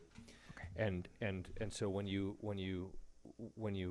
do the first NOI, that's actually published through the state, and so that goes, if you are an affordable housing developer, you have registered with the state through the Housing and Community Development, HCD, and so then, so it's a kind of a statewide announcement, so to speak, right? And so if anyone in the state who is in affordable housing sees this deal and they have an interest in the deal and they think they can move forward with it, then they would raise their hand, and then we would have that obligation to entertain their proposal. And if we've received multiple proposals, and then Patrick would provide guidance, because this is very nuanced, but essentially it would be which proposal provides the greatest number of affordable housing units. Now, there's certain conditions that, Patrick, do you? And this is a super complicated area of the law. I'm so sorry. High level, this is, you know, everything you're hearing is effectively correct. I mean, there's some real nuanced detail on it, but the bottom line is, before we started even having negotiations with any individual affordable housing developer, we have to follow the process. We have to put out the notices the city manager mentioned. We have to see who and if anybody is interested and responds. I mean, there's a process we have to follow. And then at the end of that process, then we're free to, if we're not successful negotiating something, then we're free to follow different processes. Well, we proved this before. We did everything he said. Yeah. As a matter of fact, we did. Okay, You know, very good. So, seems like we've got, I'm sorry, go to the public. oh, okay. Council, we good? All right. Public, Robin?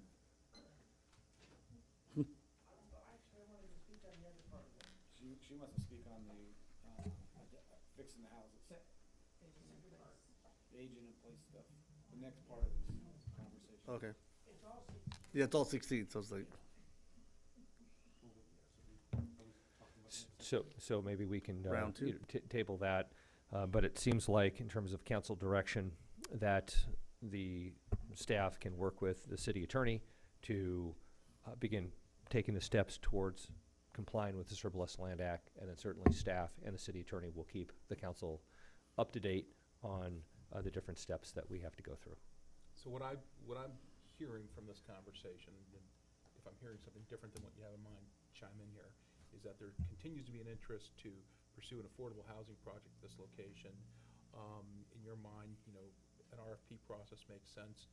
We can do an RFP process in connection with the Surplus Lands Act, with affordable housing developers, because we're required to. if that doesn't pan out, we can do a different RFP process outside of that down the road. But just I'm getting the feel that, yeah, you're interested and you want to make it a competitive process, and that's what we need to know at this point.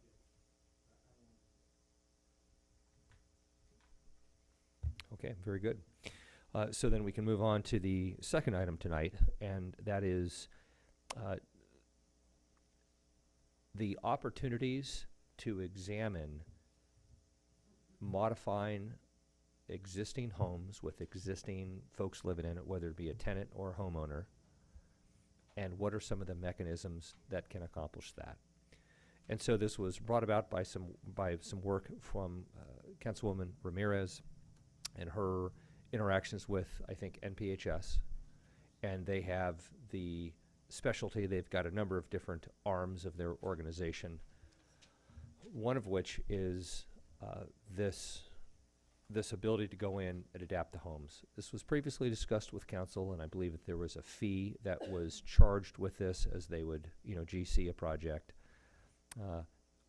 And so we're bringing it back up tonight for some additional discussion. And then in a conversation I had with Robin Slosher, who's the director of our senior center, she's got some real expertise on this. And so I thought that she could be a part of tonight's presentation to answer some questions. And apparently Ms. Slosher has done some work over the last 4 years by using grant funds, some one-time grant funds that San Bernardino County had provided. And so, Robin, would you like to come up and share a little bit about what you had accomplished through Reach Out and some of the things you did and general costs?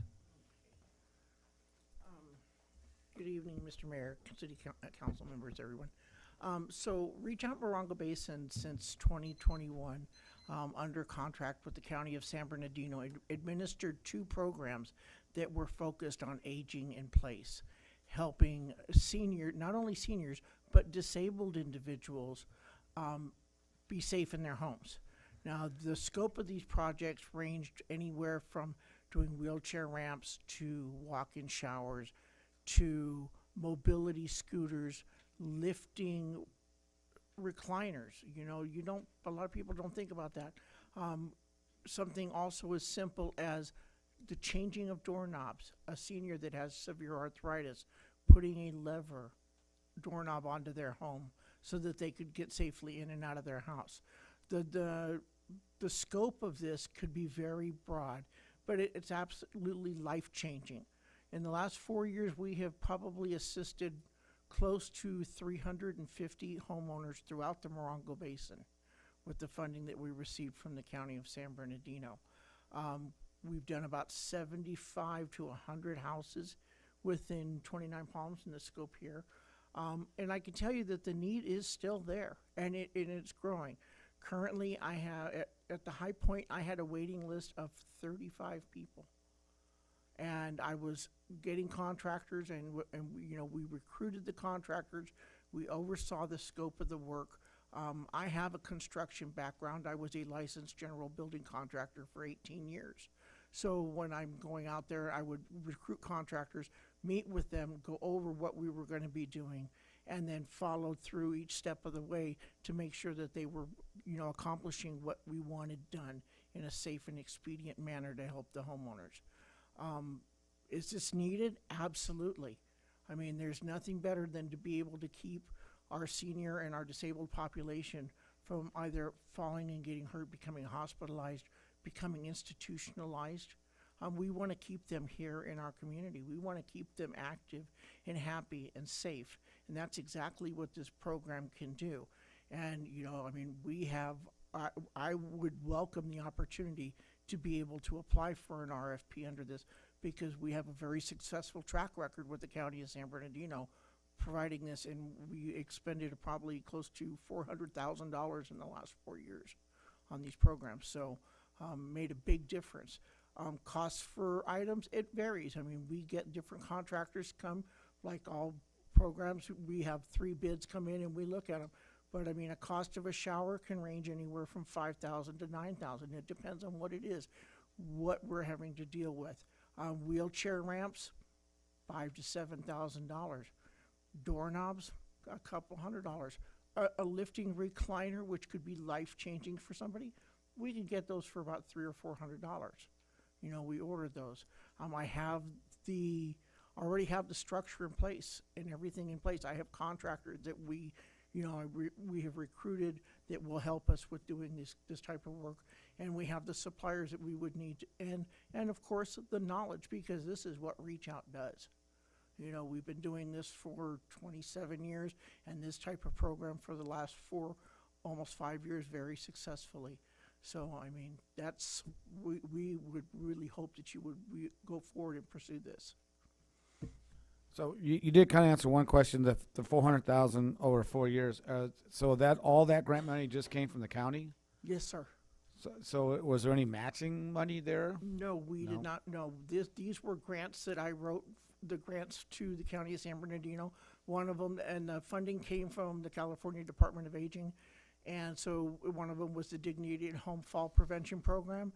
The scope of that one was primarily fall prevention services. So we did like fall prevention education. We did grant wheelchair ramps, different things like that. We could provide some durable medical equipment, walkers, strollers, things like that. The current program that we're working with is the Aging in Place, and that one had a broader scope. So we were able to start doing walk-in showers, which was a huge benefit for us. We were able to do, as I said, doorknobs, do lifting recliners. We were able to expand the scope and look at what each individual person needed, because each one of these people, you have to tailor it to their individual needs. It's not going to be a one-size-fits-all. But yeah, that's where the funding came from, is the grants that I wrote to the County of San Bernardino. And we were very proud for the Dignity at Home Fall Prevention. That grant ran for 2.5 years, and Reach Out Morongo Basin was only one of 2 contractors in the whole county of San Bernardino that was awarded funding under that program. And the other one was the Victor Valley Community Services Council. So, yeah.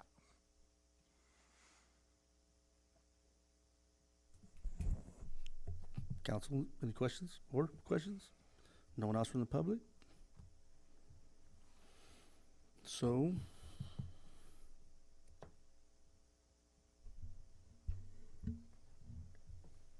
Do we need to, We thank review- you for sharing. Thank you. I can go sit down now. if that satisfied your piece, right? Okay, you have no more to add? Okay.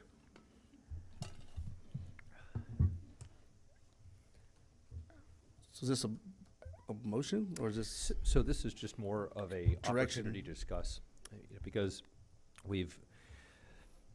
it is as Ms. Robin had pointed out, this really could be a worthwhile venture if we were to look into. And in an ideal world, we get grant funds. And if we are not able to get grant funds, then it's going to be difficult. Where are we going to get the money, right? And right now, I would think, we've got some money in the Housing and Homelessness Committee. That's not very much, and now it could go a long way if we're replacing doorknobs, but at $5,000 to $9,000, that's 2 showers, at the most, right? And so, but this is something really more to just raise the awareness of the council and raise the awareness of the community in terms of an opportunity to help keep people in their homes for longer and help keep them safer. I do have one more question, Robin. Come on up. I have one more question. Okay. On when you got the money from the county for these grants, did Reach Out charge them any administration fee for that? I would charge a few hours a month, which was okay. Just your time. My time going out, because I had to go meet with contractors out at the job sites. Right. I went and assessed. It was a process. I recruited clients. We advertised for it. I went to the house. I would do an assessment with the client, make sure that they qualified for the program, determine what their individual needs were. I met with contractors there to go over the scope of the jobs, get their proposals in, awarded them. I would go do job checks, make sure everything was going well, go and do inspections at the end of it, and then, of course, do the reporting for the county. Right, but you didn't, when the county does anything, they take like an 18% administrative fee. absolutely. You don't just say, Reach Out doesn't just take a flat 20%, just say. No, sir, I don't. Okay, We so you don't just do charge your time. I charge my time. Okay, and, thank you. and maybe a little bit of the administrative, Right, but no, not I- 18%. Yeah. And the majority of the funding went towards direct services Directors. That's for what I- clients. okay, But I thank- also wanted to just point out too that, you know, our funding on this is running out. I have enough to do maybe a couple of more showers for people. I have a waiting list, and so I don't think I'm going to be able to take care of everybody that we have right now, unfortunately, and that's a sad thing. But so we're looking to try to get more funding to help with this program because it is really needed up here. Thank you, Robin. Thank So if I understand correctly, the Project Phoenix housing money is, those are funds that could be used for a project like this? No. I think that's what I just want clarity on that. I thought they were two separate topics. Well, I'm just asking if the funds could be. You're talking about the project, pardon me, the Project Phoenix bond money. Well, I thought I heard someone say housing money. It's bond money from. When we sold the bonds, we had to put aside 20% for affordable housing, and we used part of it down there for different things from the septic to the electrical, and there was $1 million left over, correct? And then we were using that was sitting there, and then we were going to use it for this. Am I correct, Yeah, Patrick? So, housing bond funds, super high level, have to be used to build or subsidize actual housing. Understood, thank you. Not for improvements like the project we're talking about now. That's a good question. You could use, there are, I think, and catch me off guard with this. Sorry about that. I think that the bond funds we're talking about are restricted that way, but it's possible that some of our housing funds, restricted housing funds, might be able to use for this. And I don't know, but certainly happy to go figure it out. And, if this is a project the council's interested in, we can figure out what the funding source would be, and then we basically back into it and look and see if there's any restrictions on those funding sources. I do know we got that $25,000 there to go after grants as well. Maybe that's something that we could do to help support a program like that. Just thinking out loud. Very good. I appreciate that thought, and that's certainly a reasonable one. And so that's something that we can reach out to a grant consultant. Had a good conversation with them yesterday morning, see if there are more grants that could be available along these lines. Might be a little bit difficult, but you never know, and you don't find out unless you ask.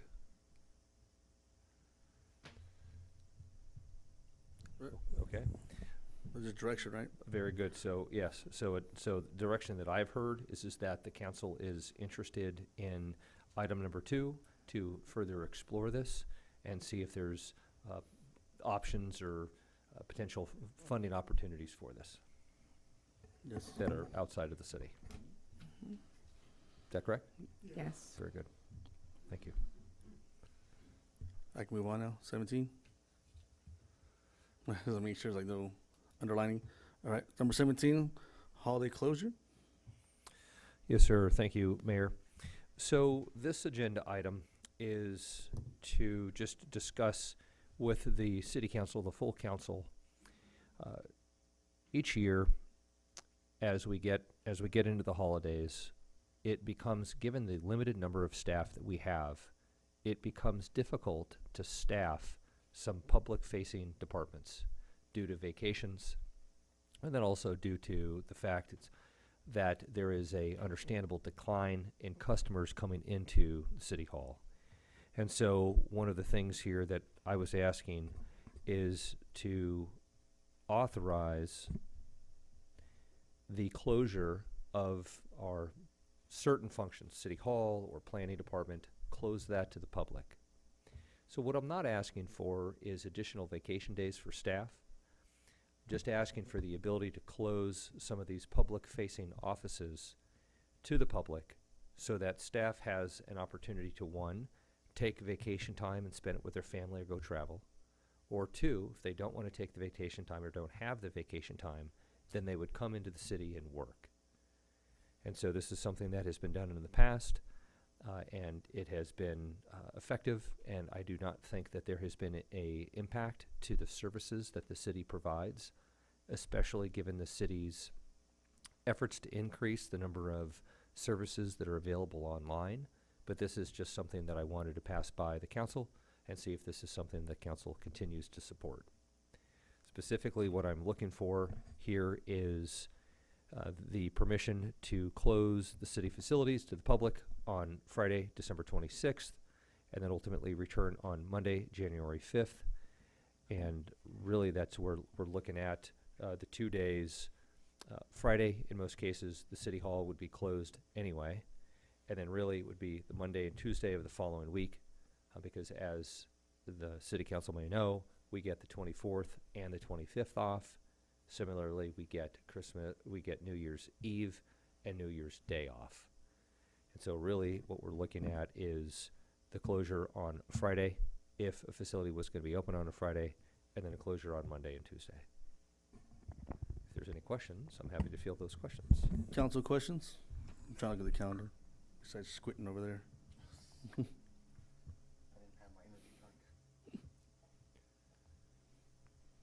I know it's a practice we've done in the past, so it's not, Yes. I don't still see anything wrong with it. Just, you guys, anything? I think our staff deserves it. Yeah, I mean, the managers of the department will dictate if they can let people go, of course, and that'll be between you and them, not, we don't interact with that too much, so we try not to, we shouldn't be. I appreciate that clarification. Yeah. You know, there are some departments, like for example, animal control, they're going in and they're taking care of the animals every day. Yeah. And so, or Public Works, there's an emergency, they're on call, they're responding. And so this is the situations planning department. If the majority of people are on vacation, it may not be a good situation to have just one person in that entire building by themselves and have it open to the public. Yeah. Just make sure we get it out. If we are, just make sure everyone knows about it, not just happy to do that as much as public notification. Anything on the public? Nope. All right. Just guidance, I guess. Okay. Good on that. Thank you. Everyone want to be okay, so. I'll make a motion that we approve the holiday closure schedule as presented. I'll second.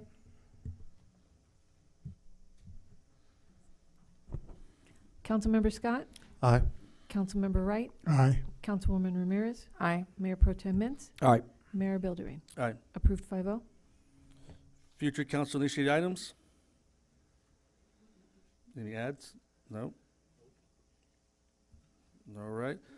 Public comments. This is the time for the public to address the city council on the issues within the jurisdiction of the city council that are not on this agenda. All comments are to be directed to the city council and shall not consist of any personal attacks. Members of the public are expected to maintain a professional, courteous decorum during their comments. There is a time limitation of 3 minutes per person. If you haven't already done so, please fill out the name and address slips and give it to the city clerk. The city council is prohibited by state law from taking action or discussing items not included on the printed agenda. Public comments on specific agenda items will be deferred until consideration on the item on the agenda.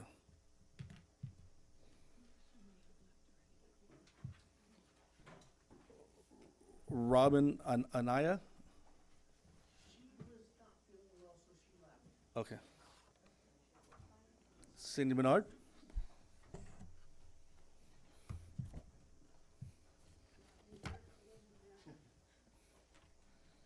Hi, council members. I know it's late and everybody's tired, so I'll just make this as quick as I can. I'm speaking to you today about 73709 29 Palms Highway. That's the southeast corner of Four Corners intersection at Adobe and 62, which has been vacant for some time and is the last corner available for redevelopment at that intersection. Why has that parcel been underutilized for so long? The active businesses at that intersection are prominent: Starbucks, Benny's, once Denny's, and 7-Eleven. I have learned that prior to that corner being Motor City, it was a Texaco gas station. It's likely that underground tanks remain, with a possible hazardous waste liability risk, which affects potential site uses. That's likely why the owner, Wendy Sundberg, is asking the Planning Commission to allow a smog station on that site despite it not being allowed in the downtown specific plan.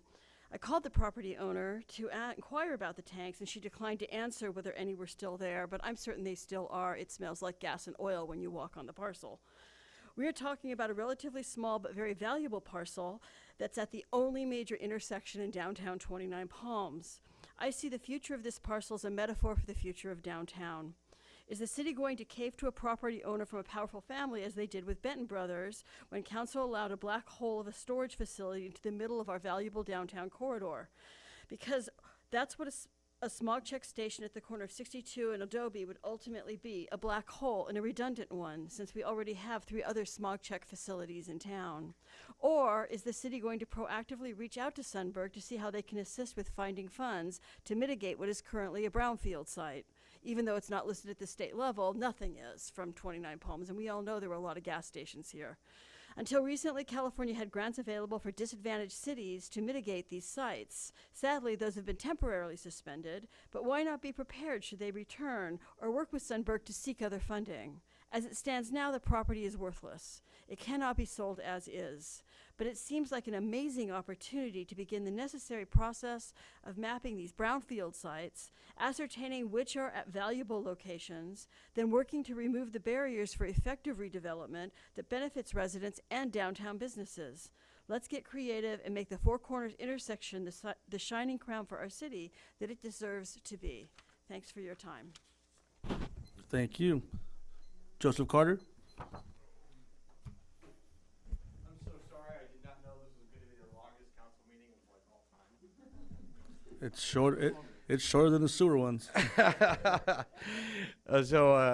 Greetings, honorable members of the council. My name is Mayor. My name is Joseph Carter.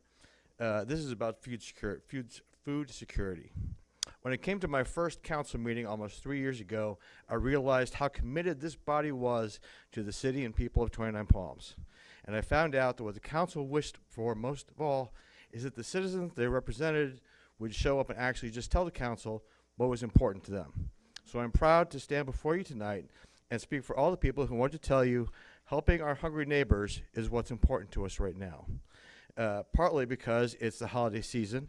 Thanksgiving is when we remember, by sharing our bounty, the Indians who kept us from starving by sharing out of their own food bank.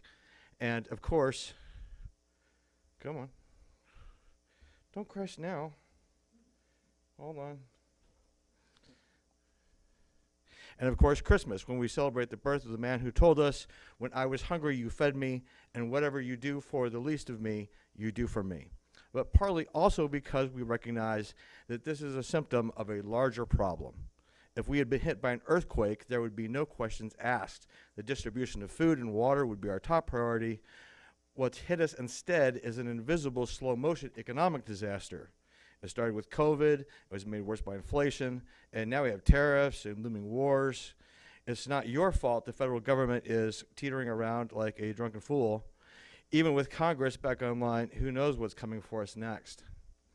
But it's all of our problems as a community because it's happening to our community altogether. Even the people not directly affected, we recognize that everyone will be indirectly affected by the effects it will have on our city.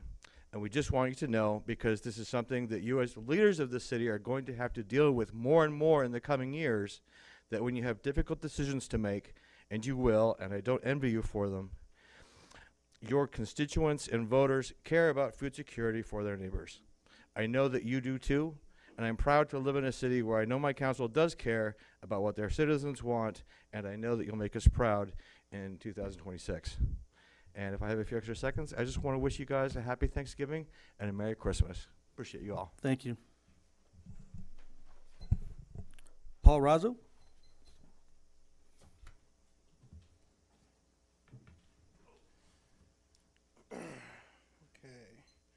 I've stuck it out this long just to say thank you, really.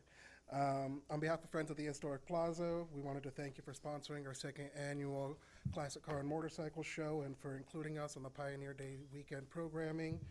It was bigger and better than last year, and we hope that everyone had as much fun attending as we did hosting, and thank you, Mayor, for your participation. On behalf of myself, my partner Heather Brasil, and Mojave Moon Apothecary, we wanted to say thank you to Parks and Rec for hosting a great trunk or treat event. As you know, Mojave Moon Apothecary was the fiscal sponsor of the night, but Scott Klinkstale really took that sponsorship and ran with it and organized an awesome event. It was our first one ever, and it was just really heartwarming and a great community event. Thank you, Mayor, for our Mayor's Choice Award. And I also just want to get another shout out on record to Heather, because after she took home that trophy, she took home her first place Reed Show ribbon the next day, so it was a good weekend. Thank you, guys. Thank you. Carmen Cabrera. Cabrera.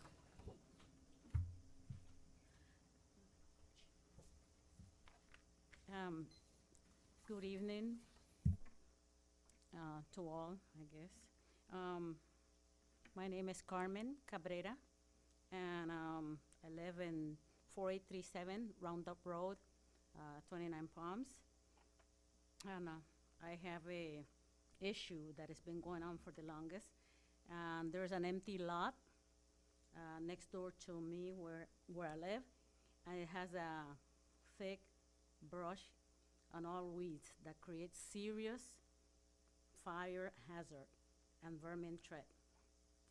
Coyotes, I have coyotes coming through, snakes, everything. On one occasion, my neighbor from across the street, she and her cat were confronted by a coyote, and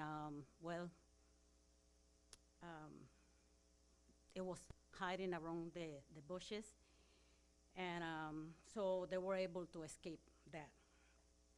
I also been surrounded by, at night, by coyotes whenever I come in. When I pull in my car into my driveway, I have to wait in my car for them to leave, or for it to leave, before exiting my vehicle. I fear that the next time it might not end well. I have been presenting this problem to code enforcement since 2022. I come here to the city hall. I've been talking to them, and first it was like okay, and the second time around they say it's like they could not do anything for me, and I'm really concerned more because of the fire, and I travel a whole lot, so I just wanted to make sure that that I'm safe, first of all, and that I haven't received any response. I sent a message, I wrote to 29 Palms here, I'm not sure. So I hope that someone can help me with that, that you could please investigate, make sure, go over there to my house, you can see, to contact the owner of this lot to see if they can take it down, because trim it down or clean it, because it's really bad. You can barely see anything, and it's right next to my house. And well, I don't know what else to say, but I really appreciate you guys paying attention to what I said. So thank you so much. Thank you. Stone? Thank you, sir. You getting it? Okay. Oh, got it. Her Very good. contact for him. Ms. DeFalco?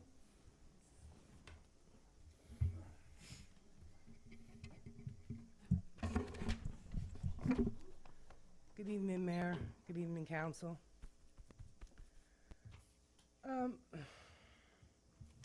I came up with an idea to see if you guys would give money to 4 food pantries in our community on different sides of town.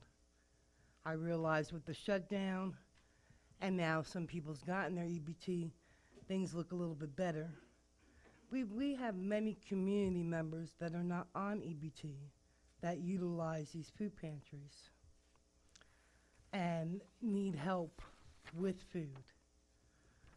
I made some Christmas trees that are going throughout town. They're only about 1 foot with tags on it to remind people of what the act of kindness is. And I think everyone in this room and in our town needs to get back to the basics of being nice to each other, concerned about our neighbors, and being kind.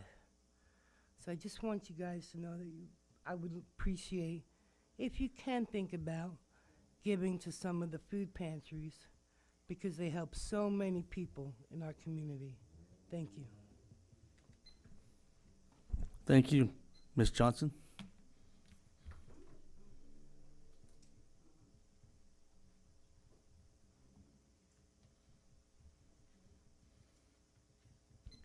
Thank you for this opportunity, and I know it's getting late, so I'll keep it brief. Jen and then the other gentleman was talking about food insecurity, and that's what I wanted to bring up.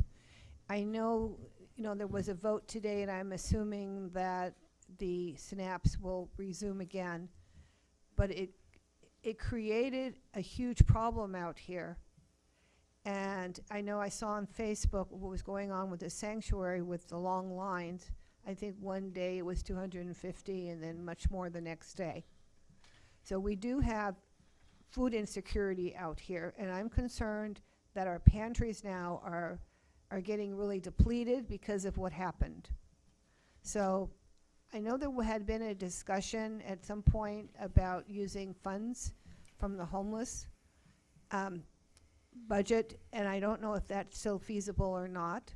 But if you could reach out to, there's 4 pantries that were heavily impacted by this.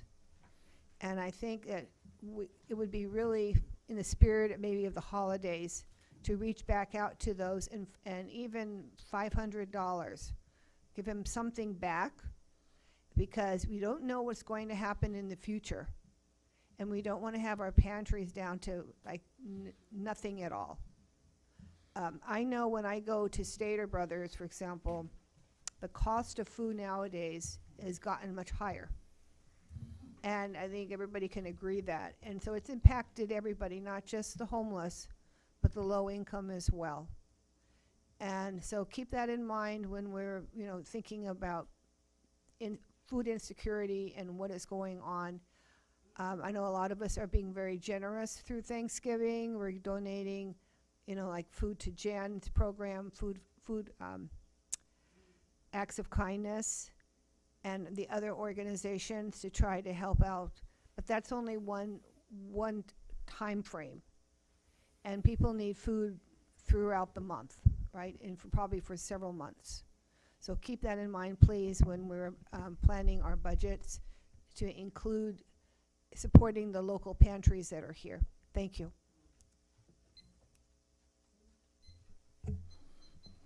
All right, the long-awaited city manager's update. Thank you very much. I appreciate that. I will do my level best to make it short. A couple things. One, wanted to wish all the veterans in the community happy Veterans Day. We have our freedoms because of the sacrifices that the veterans, both past and present, have made. And so thank you from the bottom of my heart. I wanted to talk briefly about the book festival. Wanted to give special thanks to Patrick and Francois I'll never pronounce their last name correctly. It's a beautiful last name. I'll just never pronounce it correctly. It's really, it's encouraging. It's interesting. It was enjoyable. I attended the event on Friday before I had to leave town. And what's neat to see is an idea that started in their business, and it progressed from one day, and then the next year it was 2 days, and now this year it was 3 full days. There were 800 attendees, 94 authors came. There were 15 different independent presses, publication companies that came out. And a lot of the folks that came out to be a part of this literary arts event were booking 3 to 4 nights in our town. And so really, because of Patrick and Francois's creativity and drive and effort, we are now 29 Palms really having a mark on the literary arts. So it's just really wonderful. Apparently there were folks from as far away as France and Belgium, Massachusetts, Texas, Hawaii, and New York that attended. Community cleanup. This was something that Mayor Pro Tem had requested earlier today. We don't have the tonnages. However, we had the most participation from the community in the history of us doing this. There were 254 participants, and the 254 participants brought a total of e-waste that filled up 2 trucks. They filled 4 50-yard bins that held appliances and scrap metal, so 4 50-yard bins. There were 2 40-yard bins of green waste. There was 1 40-yard bin of mattresses. And then general debris filled up 5 full-size trash trucks. One of the things that one of our staff, very diligent staff member, wanted me to make sure that I pointed out, that if you own or rent a home, if you have Burtec Trash Service, you have the ability to call in up to 4 times a year for free bulk item pickup. So if you've got, I had fence posts, if you've got a couple of appliances, if you've got a mattress, whatever, you can make a call to Burtec. You can go online, or you can go at a number I'll give you, and you can have them come by your house and pick up bulky items 4 times a year. So that's not just one item 4 times a year. That's, if you have multiple items, you can have them come out for free 4 times a year. Our next community cleanup is going to be April of next year. And then also, if you've got batteries or other household waste, we contract with San Bernardino County. They have a facility in Joshua Tree. And if you've got car batteries, you can take those car batteries down there on the 3rd Saturday of the month and drop those off. That is something that the city pays for, that our residents have access to. Then also, one thing that I wanted to touch bases on was the Finance Committee. The mayor had requested that I do some research to try to understand what is going on in terms of food insecurity and what is the status of some of our food pantries. And so I requested our finance director to just do some quick math, look back 5 years on what the city has spent towards helping relieve or address food insecurity. And if we go back 5 years, the city has spent $338,632 on programs that directly provide food to folks who are food insecure. And taking a look at this just now, I realized I think there was an additional $10,000 that was not included in that. So if my math then serves me, it's going to be $348,000. And then also, what this $348,000 does not include is the $62,500 that the city has provided to Reach Out Morongo Basin cumulatively over the last 3 years. Now, that wasn't directly for food. However, as we know, at the Reach Out Morongo Basin, the Senior Center, they oversee activities with the seniors, which includes the operation of a senior nutrition program and a monthly food distribution and delivery to senior citizens. And so, so that was very helpful to understand, what type of monies the city has provided.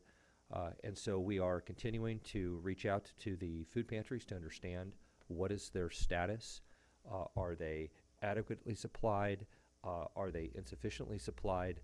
And then the City Council has also directed me to try to take a look at different funding sources to, if there is that substantial and urgent need, is how can we go ahead and find additional funds. So that is all for my update. I appreciate the time. Thank you very much, Mr. City Manager. Oh, I just say something. Yeah. Oh, that you. Oh, I got you. I thought you were clearing your voice for a longer speech. As I say, we don't have a meeting till December 9th, our next meeting. Also, rain is coming Friday, Saturday, so be prepared, and you'll start seeing power's out right now, apparently. Due to down power lines, they anticipate the down power lines to be repaired by 11 p.m. tonight. And then also, may I just add one other thing about the pending downtown rain event? And that is that the City Hall has sandbags, and then also the fire department has sandbags. And so really tonight, tomorrow would be the time to sandbag front doors, back doors, garage doors. We've been in contact with Team Rubicon. If things get severe, we will most certainly see if we can have Team Rubicon back up here to help out with any situations. Hopefully that won't be the case, but I would definitely, encourage people to get those sandbags, to go to the hardware store, get the big sheets of plastic or Visqueen in order to help create what essentially looks like a burrito in front of your door, in front of your garage door, to help divert that water. Thank you. Okay. And before I get beat up at home, It's November, so happy birthday to my mom and my oldest daughter will be 21. Happy birthday to the Marines. Happy Veterans Day. December 2nd will be our tree lighting ceremony and light parade. It's always well attended, so please come out and support that. And November 22nd, we have the Mayor Pro Temp's golf toy drive for Toys for 2-9. So please participate if you can and donate. That is all I got. I will adjourn this meeting, but we will continue our closed session after this. So if you're here when we get out to close that one, more power to you. Meeting Eugene. How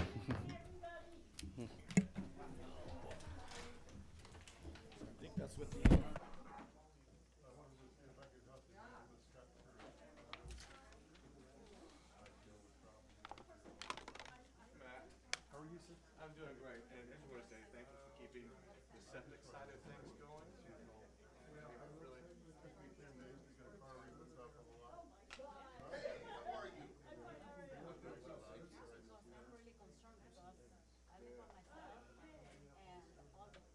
No, I'm fully on board with you. Can I get your address? Yeah. Yeah. Believe me, I know. I did an infographic on that, the whole thing. But no, to keep our septic system, we need to keep our septic system good. So I'm going, so what we're gonna push through the city, through the water side of things, is every month on the consent calendar, some kind of septic. Yeah, no, some that are discussed because Curry is the our one. But we don't Curry. Oh yeah. Yes, sir. Yes, ma'am. Appreciate you. Mr. Hume. I see you. We were talking about 437. Fabulous tour one of these days. Septic system bragging about. You know if you call them up to just look at it, they're gonna say no. Because I know, right? It belongs to someone, as far as I know. Yeah, I'll take a look at it. A lot of times, I've sold a lot of lots out here. A lot of times they never see, they never see. You know what, if I could buy it, I would. Grandpa bought it and sold, give kids, so I deal with that. Hola. Hola. Muy bien. Nice compliment.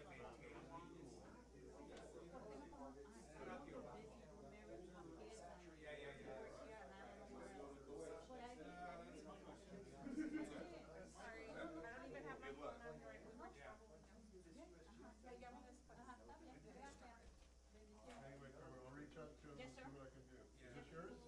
Yeah. That was, maybe Matt, I don't know. I was gonna see if it was water district, but it's not, because that's what he was saying. Yeah. No, no idea. I'll give it to someone up there. Okay. Oh, my God.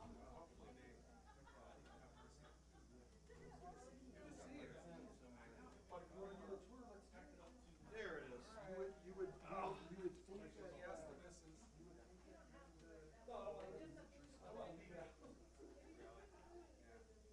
Yes, the missus. Yeah, yes. Oh, thank you for everything you're doing too. Thank you. Yeah, good to see you. Good seeing you.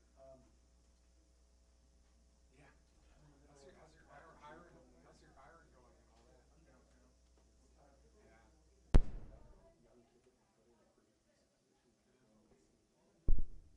Oh no.